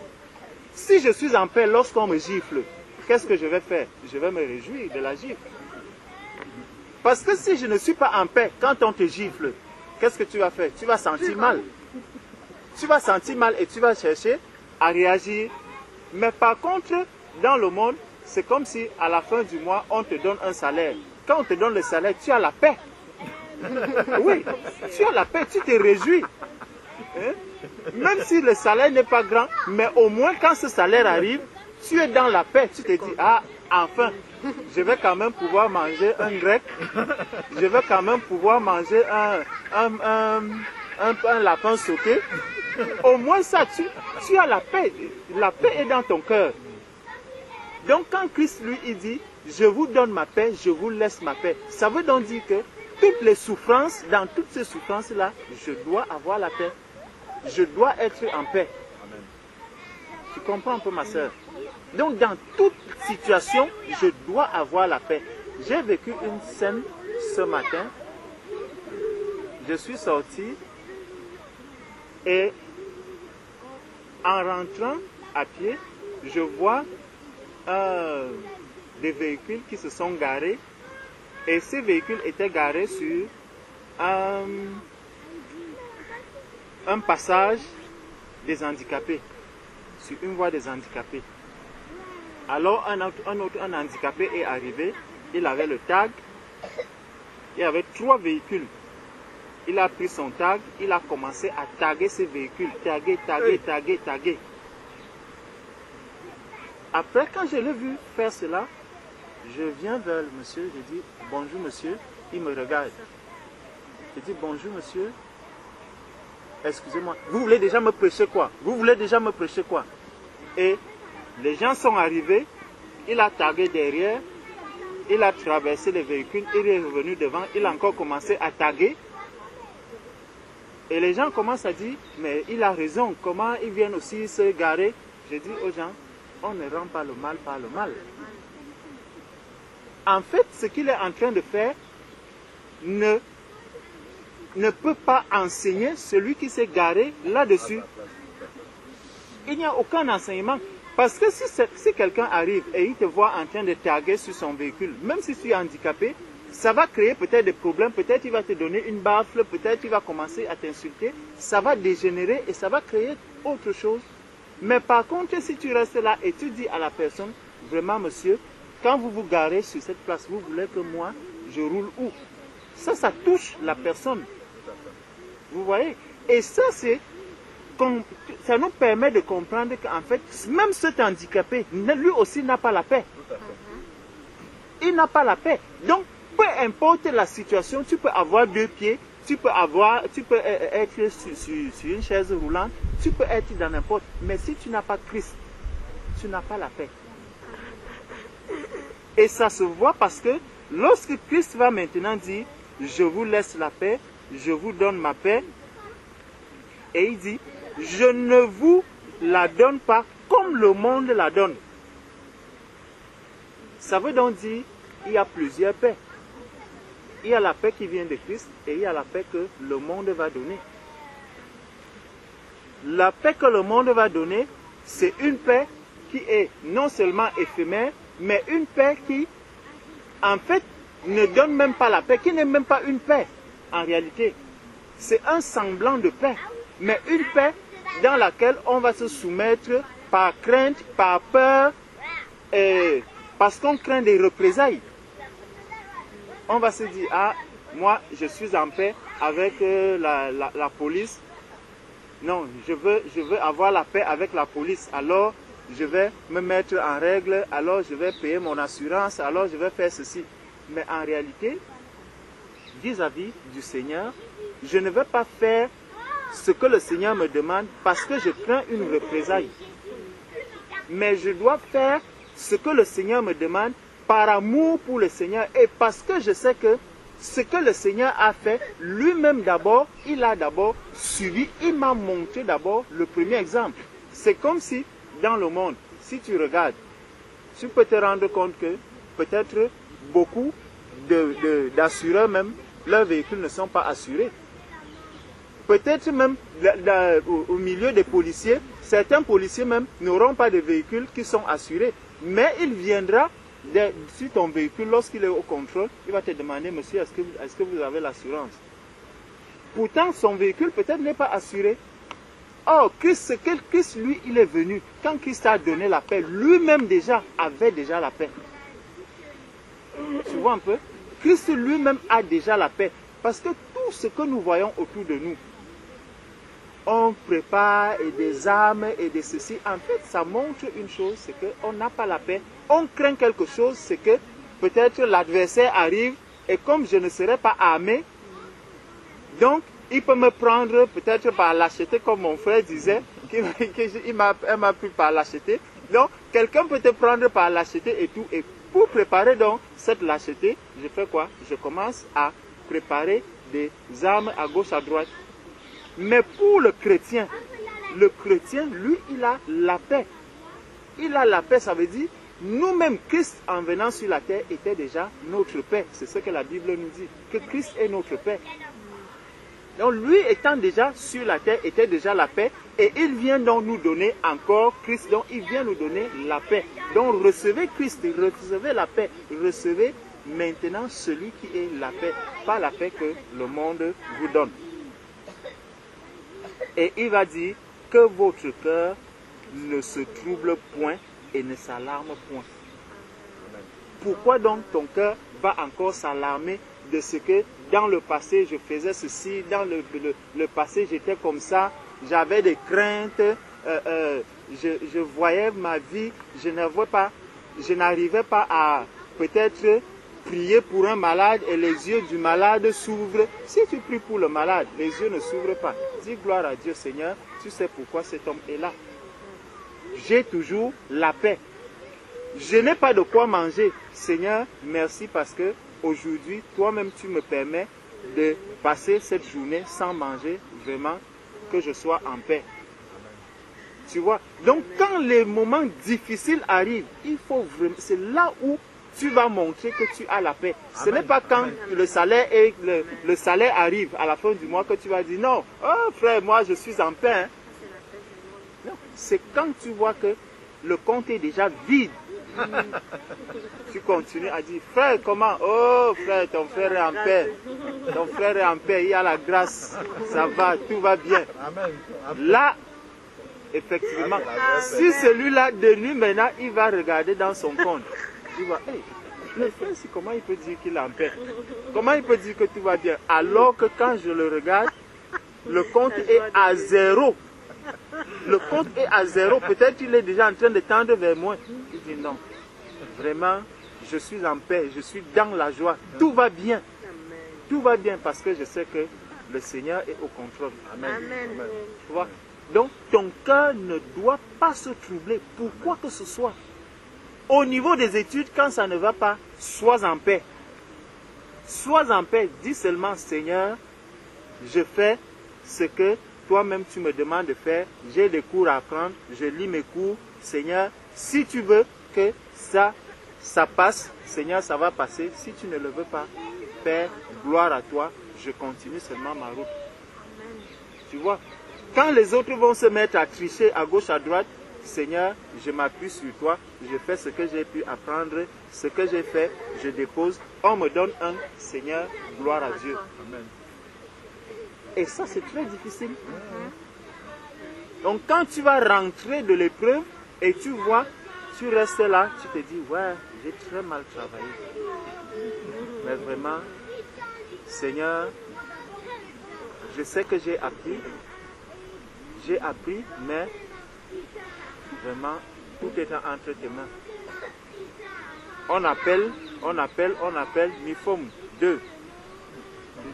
Gloire à Dieu. Tu vas, tu prends, tu es en paix, tu es dans la joie. Je dis, vraiment Seigneur, merci. Je sais que peut-être à la maison, ça va être dur, ça va être mauvais. Les représailles des parents. Mais, puisque j'ai la paix, donc ces représailles aussi vont encore venir m'adonner, attester même encore que j'ai la paix. Donc, dans la réaction que j'aurai face à ces représailles, je montrerai à mes parents que je suis en paix. Mais ça ne veut pas dire que ne va rester à la maison sans apprendre, sans rien faire, en disant, oh, comme je suis en paix, j'ai déjà la paix. Non. C'est pas ça que le Seigneur... Parce que plus loin, il va dire, quand tu regardes un peu plus haut, il dit, au verset 23, il va dire, si quelqu'un m'aime, il gardera ma parole et mon Père l'aimera. Tu vois. Donc la parole du Seigneur, c'est que tu puisses, si tu es à l'école, que tu puisses apprendre tes leçons, que tu sois un enfant obéissant à la maison, que tu obéisses à ton père, à ta mère, que tu fasses tout comme il se doit. Et là donc, tu as la paix du Seigneur. Mais si tu violes déjà les commandements du Seigneur, tu ne peux plus avoir cette paix. Tu ne peux plus dire que je suis en paix. Tu vois? Bon, donc, il va donc dire, je vous laisse la paix, quand il finit donc,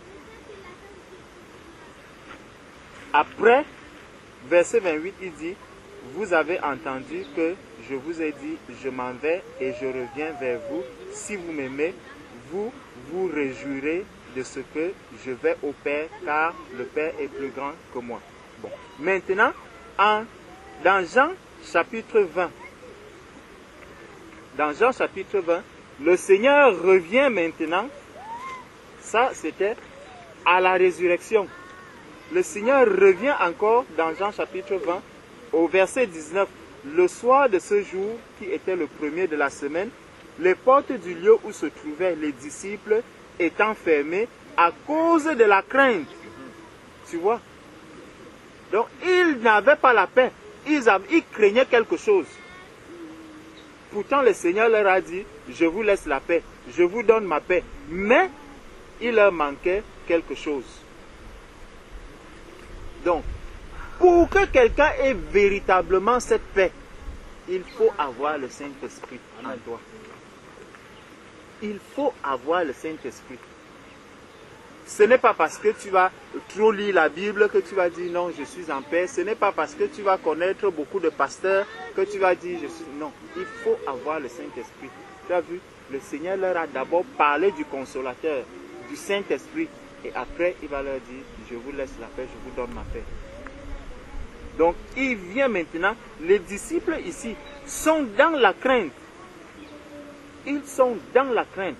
Le soir de ce jour qui était le premier de la semaine, les portes du lieu où se trouvaient les disciples étant fermées, à cause de la crainte qu'ils avaient des Juifs, Jésus vint, se présenta au milieu d'eux et leur dit, la paix soit avec vous. Je suis là, la paix soit avec vous. Tu vois? Et même quand on regarde, parce que pour ne pas être long, il finit de leur dire, la paix soit avec vous. Verset 20, et quand il lui dit cela, il leur montra ses mains et son côté. Les disciples furent dans la joie. En voyant le Seigneur, Jésus leur dit de nouveau, la paix soit avec vous. Comme le Père m'a envoyé, moi aussi, je vous envoie. Si quelqu'un n'a pas la paix, il ne peut pas aller. Amen. Tu vois? Donc, il envoie celui qui a la paix. Quand maintenant tu iras, comme Marie de Magdala, dis à quelqu'un que voilà ce que Jésus-Christ a fait pour moi. Tu vois, tu ne vas pas dire le Christ que dont mes parents parlaient. Non, tu vas dire Jésus, je l'ai rencontré. Je connais Christ. Je peux parler maintenant de ce que Christ a fait dans ma vie. J'ai un témoignage de ma relation avec Christ, de ma vie avec Christ. Et ce témoignage est important. C'est important que chacun puisse dire, voici, en ce moment, je sais que j'ai Christ dans ma vie. Et ça se voit, ce n'est pas simplement que je vais le dire. Il faut que ça se voit. Ceux qui ne connaissent pas Christ doivent voir que là, celui-ci n'a pas Christ. D'autres aussi, comme quand j'ai vu le monsieur du matin, que ce soit celui peut-être qui s'est garé sur la voie, bon, peut-être si c'est un chrétien, l'acte qu'il a posé, c'est un péché, il pourra se repentir de ce péché, mais par contre celui qui était en train de taguer, j'ai cette certitude que lui, il n'a pas Christ, parce que l'œuvre qu'il a accomplie, c'est un mal. Et quand on va même te reprendre en te disant que bon voilà, ce que tu es en train de faire là, ce n'est pas bien, parce qu'on ne rend pas le mal par le mal, et la réaction que toi tu vas donner va attester que effectivement tu as Christ ou que tu n'as pas Christ. Parce que quand un frère va te reprendre par rapport à quelque chose en te disant, ma soeur, regarde ce que tu es en train de dire, voici ce que la parole de Dieu dit, voici. Si toi encore tu t'enflammes dans cette situation, ça va montrer une chose, c'est que le Christ est là. Est-ce que c'est vraiment Christ que tu as reçu? Est-ce que c'est vraiment la paix que tu as en toi? Et quelqu'un vraiment était dans la paix parce que le Seigneur lui a parlé, il était dans l'intimité avec le Seigneur, comme le frère disait tout à l'heure, qu'il faut avoir l'assurance, la foi, que ce que le Seigneur a dit, les promesses du Seigneur, tu te les appropries, et ces paroles-là, tu les mets vraiment en pratique, tu les vis, tu dois vivre la parole de Dieu. Et ça c'est là où je vais. Dans Actes chapitre 23, au verset 11. Dans Actes chapitre 23, verset 11, il y a quelque chose que le Seigneur va dire à l'apôtre Paul. On nous dit, la nuit suivante, le Seigneur apparut à Paul et dit, prends courage, car de même que tu as rendu témoignage de moi dans Jérusalem, il faudra aussi que tu rendes témoignage dans Rome. Tu vois, de même, ma soeur, que tu as rendu témoignage ici, au milieu de nous, ma soeur, partout où tu iras, va et rends ce témoignage. Amen. Amen. N'aie pas honte du témoignage que tu as rendu aujourd'hui. Amen. Tu comprends? Ce témoignage va édifier beaucoup de personnes. Alléluia. Parce que si tu as vraiment la paix, Amen. celui à qui le Seigneur s'adresse là, c'est quelqu'un qui a déjà reçu la paix. Amen. Il a déjà reçu Christ. Et le Seigneur lui parle en lui disant que ce témoignage que tu donnes à Jérusalem va aussi le donner à Rome. Partout où tu iras, ma soeur, donne ce témoignage que tu as donné. Et Paul, ce n'était pas en roulant, en marchant sur un tapis rouge qu'il donnait ce témoignage. C'était dans des prisons où on le mettait en prison, il se mettait à louer le Seigneur, et en louant le Seigneur était en train d'accomplir un miracle dans sa vie. La prison s'ouvre et tout, et c'est là où quelqu'un vient encore recevoir la vie. Lorsque tu auras à donner ce témoignage, ma soeur, sois dans la paix dans le Seigneur et rassure-toi que ce que tu es en train de faire ne vient pas de toi, mais le Seigneur veut se glorifier, il veut faire quelque chose dans la vie des personnes qui sont là. Amen. Amen. Donc, Paul n'a pas fait donc ce que le Seigneur attendait de lui parce que tout allait bien dans sa vie. C'était dans des moments difficiles, c'était dans des épreuves. Mais puisqu'il avait l'assurance, nous avons vu, le Seigneur lui a dit, va jusqu'à Rome. Tu vas donner ce témoignage-là. Et de là jusqu'à Rome, ma soeur, il a eu à donner le témoignage à plusieurs endroits et à plusieurs personnes.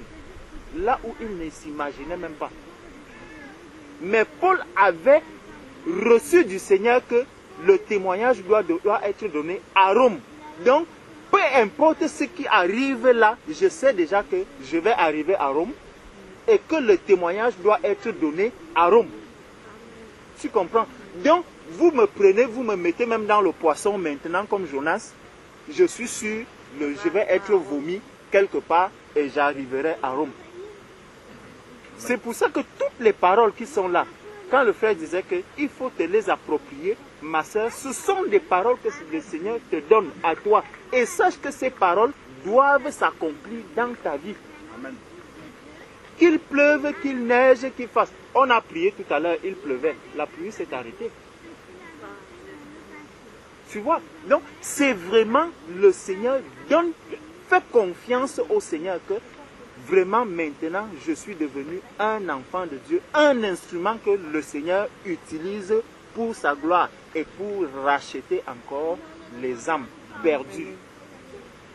Tu comprends? Tu as dit, il y a quelqu'un, le Seigneur a mis quelqu'un sur ton chemin qui a commencé à te parler, à te parler, à te parler. Toi aussi maintenant, le Seigneur va te mettre sur le chemin des personnes à qui tu devras aussi parler de ton témoignage pour que ces personnes aussi, leurs yeux s'ouvrent et qu'elles commencent à se demander, mais où est-ce que je suis? Comment cette fille peut me parler de cette manière du Seigneur? Est-ce que nous croyons à un même Dieu? Est-ce que c'est le même Dieu dont j'entends souvent parler? Ou est-ce que, tu vois, pourtant, tu avais l'impression de connaître le Seigneur. Mais ce que cette personne te disait, il y avait la vie dedans. Le Seigneur dit, mes paroles sont esprit et vie. Donc tout ce que tu vas faire, sache que ma soeur, tu dois être conduite par le Seigneur et savoir que ce que le Seigneur a prévu pour tous ses enfants, cela aussi doit s'accomplir dans ta vie. Amen. Et donc Paul, bon, on ne va pas arriver jusque là-bas, mais on va voir, on regarde, on voit que dans Acte 27, Paul, effectivement, on nous dit que le départ de Paul pour Rome, avec tout ce qui va s'accomplir et les naufrages et tout, et tout, et tout. Mais quand tu vois comment Paul réagit même par rapport au naufrage, il avait déjà reçu la révélation du Seigneur depuis Acte 23, où le Seigneur lui a dit que tu iras rendre ce témoignage à Rome. C'est pour ça que même dans le naufrage, Paul leur dit que nous n'allons pas tous périr. Nous allons arriver. Parce que le Seigneur lui a déjà dit cela et il a cette assurance que mon Seigneur ne peut pas mentir. Je sais que je vais arriver à Rome. Tu vois ma soeur, je sais que je vais arriver à Rome. Si tu as le temps, tu lis Acte 27, tu vas voir tout ce qui se passe et les paroles qui sortent de la bouche de Paul. Les gens peuvent se demander que, mais comment celui-ci a une telle assurance? Comment celui-ci a une telle paix? Mais pour Paul, il ne se gêne pas. Il sait que ce que Dieu a dit, c'est ce qu'il accomplit. Le Seigneur veille sur sa parole pour l'accomplir. Un enfant de Dieu qui est dans la peur, qui est dans la crainte, qui est en train de balbutier, tu vois celui-là, peut-être il est dans une situation difficile, on lui dit, on va te mettre en prison, il commence à crier, il crie.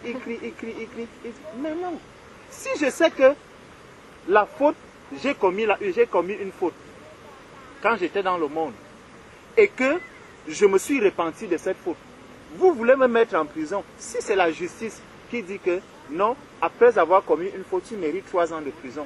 Je dis, Seigneur, je suis en paix parce que je paye la dette. L'acte que j'ai posé, Seigneur, je vais payer cet acte. Je dois être dans la joie. C'est difficile, mais il faut que cette obéissance-là, que je puisse l'avoir dans mon cœur. Et là, quand je vais, même devant les tribunaux, quand on va me dire, oh, on va payer un avocat, je dois pouvoir dire, Seigneur, vraiment, c'est toi mon avocat, tu arrives, monsieur, reconnaissez-vous? Oui, je le reconnais. Je sais que j'avais fait ceci. Tu détailles en profondeur ce que tu as fait, l'acte que tu as posé. Ma soeur, tu vas voir comment le Seigneur va se glorifier. Amen. Peut-être on devait te donner 3 ans, ferme, on te dit, bon, parce que vous avez avoué et avec tout ce que vous avez même dit, s'il y a même des erreurs dans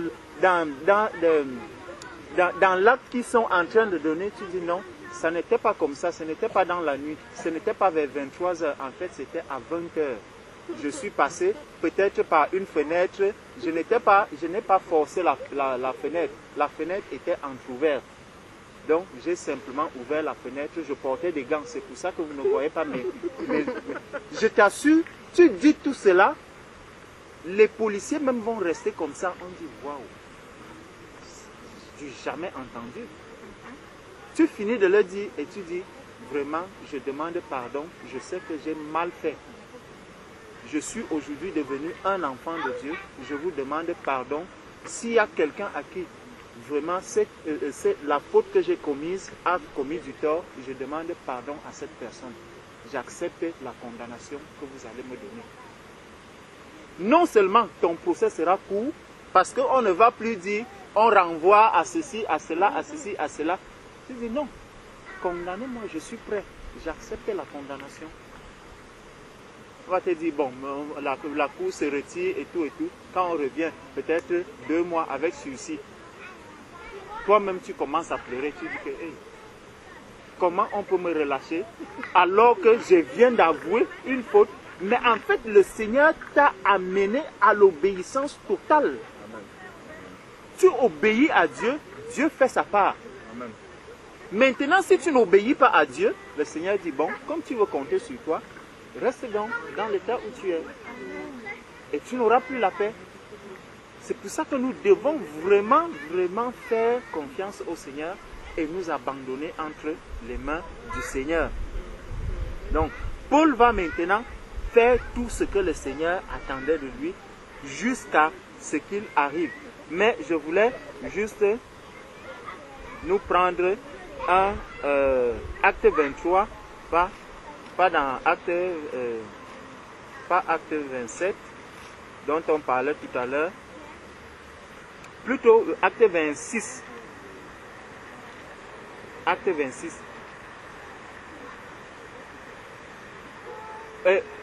Paul est en train de parler ici. Donc, Paul avait un but. Il savait là où il devait arriver. Mais dans Acte 26,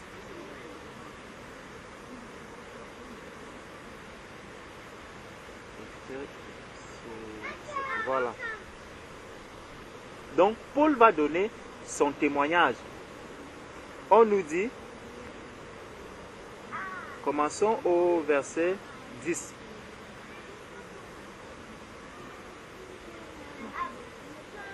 Non, commençons au verset 7 même. Au verset 9. Pour moi, j'ai cru devoir agir vigoureusement contre le nom de Jésus de Nazareth. C'est ce que j'ai fait à Jérusalem. J'ai jeté en prison plusieurs des saints. Tu vois, il dit déjà, il confesse déjà tout ce qu'il a fait à tous les hommes. J'ai jeté les saints en prison, ayant reçu ce pouvoir des principaux sacrificateurs, et quand on les mettait à mort, je joignais mon suffrage à celui des autres. Regarde un peu, il dit que j'ai reçu ce pouvoir des principaux sacrificateurs.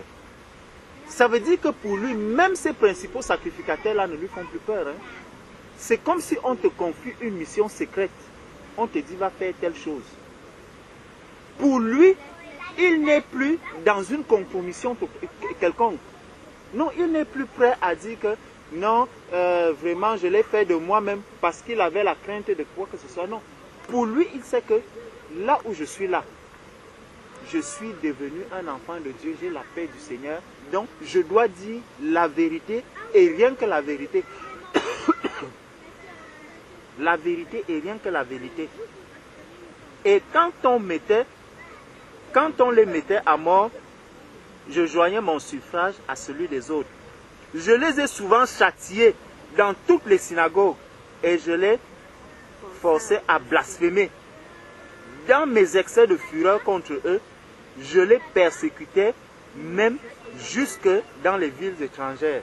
C'est dans ce but que je me rendis à Damas avec l'autorisation et la permission des principaux sacrificateurs. Tu vois? Donc, ici, lui-même reconnaît que si je persécutais les autres, c'est parce que moi-même, je n'avais pas la paix. Je confesse là que je n'avais pas la paix parce que je faisais du mal à ces personnes. Donc, je n'étais pas en paix et je n'avais pas en paix. Je n'avais pas la paix. Aujourd'hui, si quelqu'un va faire ses prières et tout, pour moi, la seule chose que je vais dire à cette personne, je viendrai et je viendrai lui parler de Jésus-Christ. Je ne vais pas lui dire que je vais peut-être te taper dessus parce que tu crois. Non. Christ est venu apporter la paix. Il y avait toutes ces personnes-là qui étaient les pharisiens et les sadduciens. Tous étaient là. Mais Jésus ne leur faisait pas du mal. Jésus ne leur faisait pas du mal. Mais il cohabitait avec toutes ces personnes et il leur apportait la vérité parce qu'il voulait que ces personnes-là puissent recevoir la vérité. Donc je vais rencontrer un catholique, je ne vais pas commencer à tirer sur le catholique, à dire non, moi je ne veux pas de toi et tout et tout. Non, tu es catholique, mais il faut savoir qu'il y a une vérité. Sache que Jésus-Christ est venu pour te sauver. Jésus t'aime, Jésus veut t'amener aussi à la vie. Jésus veut te donner la paix parce que tant que tu n'as pas Jésus, tu n'auras pas la paix. Donc c'est tout cet amour-là que Paul est en train de manifester ici. Et Paul est en train, dans son témoignage, de regretter tous les actes qu'il a eu à poser. Verset 13. Vers le milieu du jour, ô roi, je vis en chemin resplendir autour de moi et de mes compagnons une lumière venant du ciel et dont l'éclat surpassait celui du soleil. Ça, c'est la lumière, ma soeur.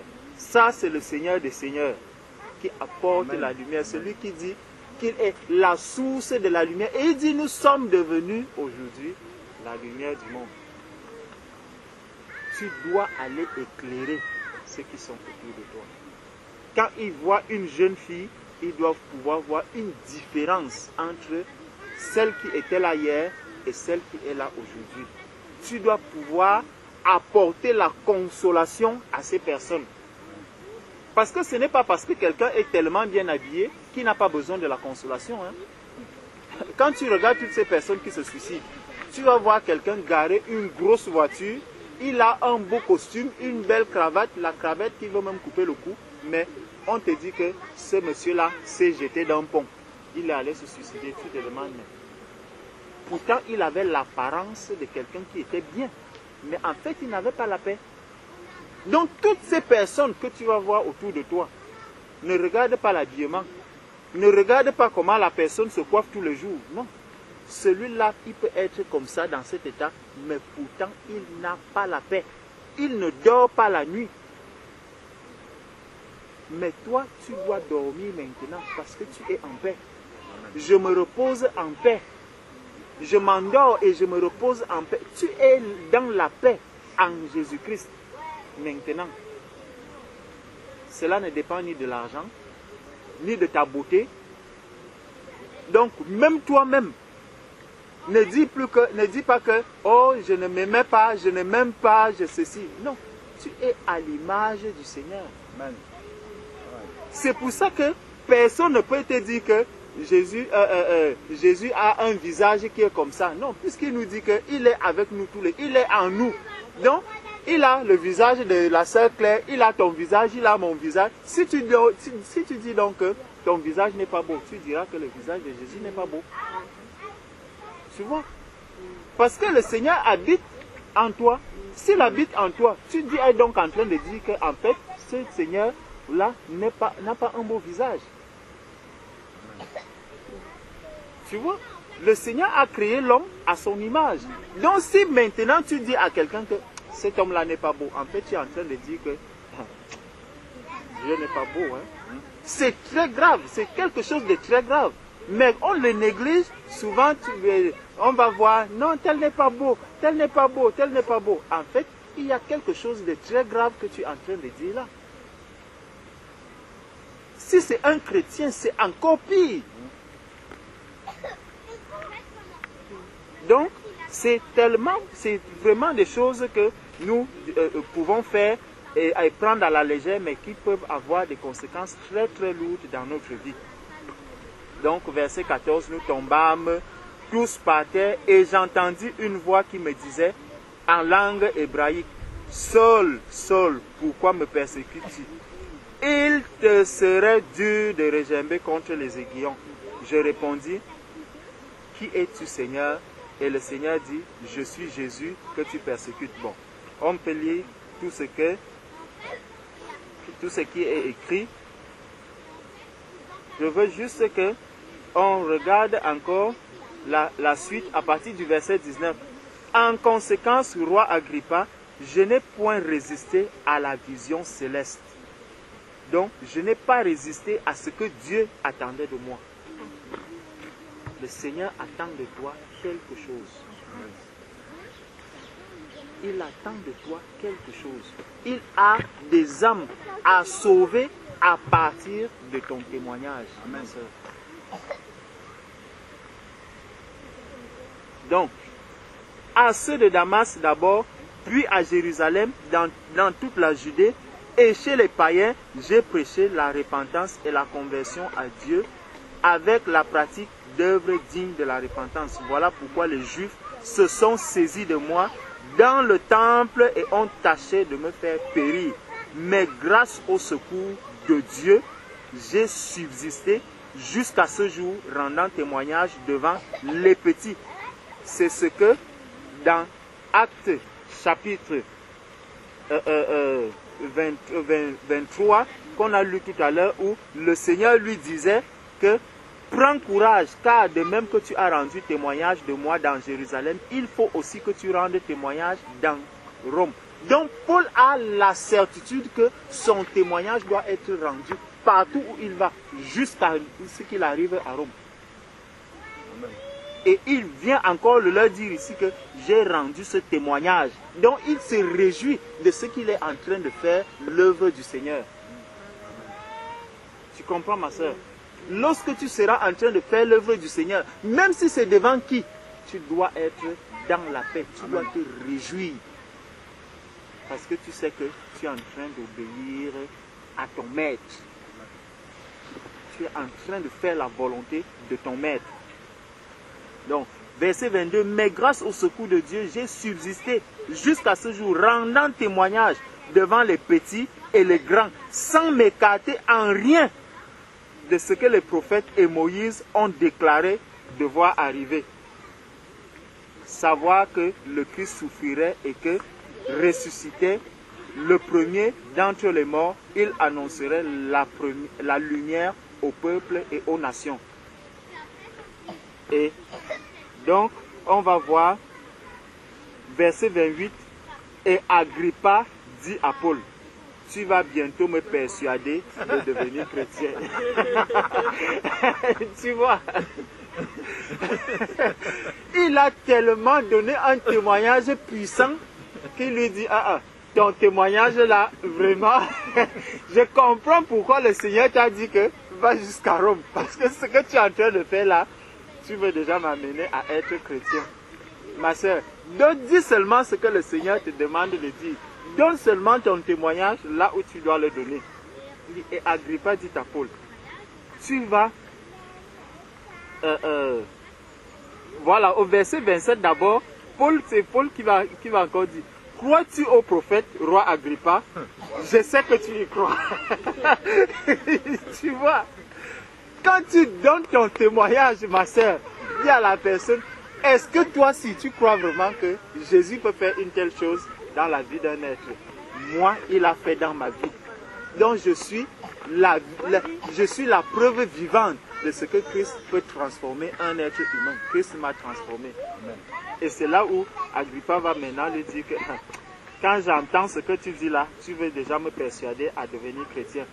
Paul répond, que ce soit bientôt ou que ce soit tard, plaise à Dieu, que non seulement toi, mais encore tous ceux qui m'écoutent aujourd'hui, vous deveniez tel que je suis, à l'exception de ces liens. Tu vois? Donc, nous tous, nous avons un devoir, c'est d'annoncer ce que le Seigneur attend de nous, de donner ce témoignage, et afin que tous ceux qui sont autour de nous deviennent des disciples du Seigneur. Il précise bien, à l'exception de ces liens. Donc, les épreuves que toi tu auras, tu comprends, ce n'est pas les mêmes épreuves que moi j'aurai.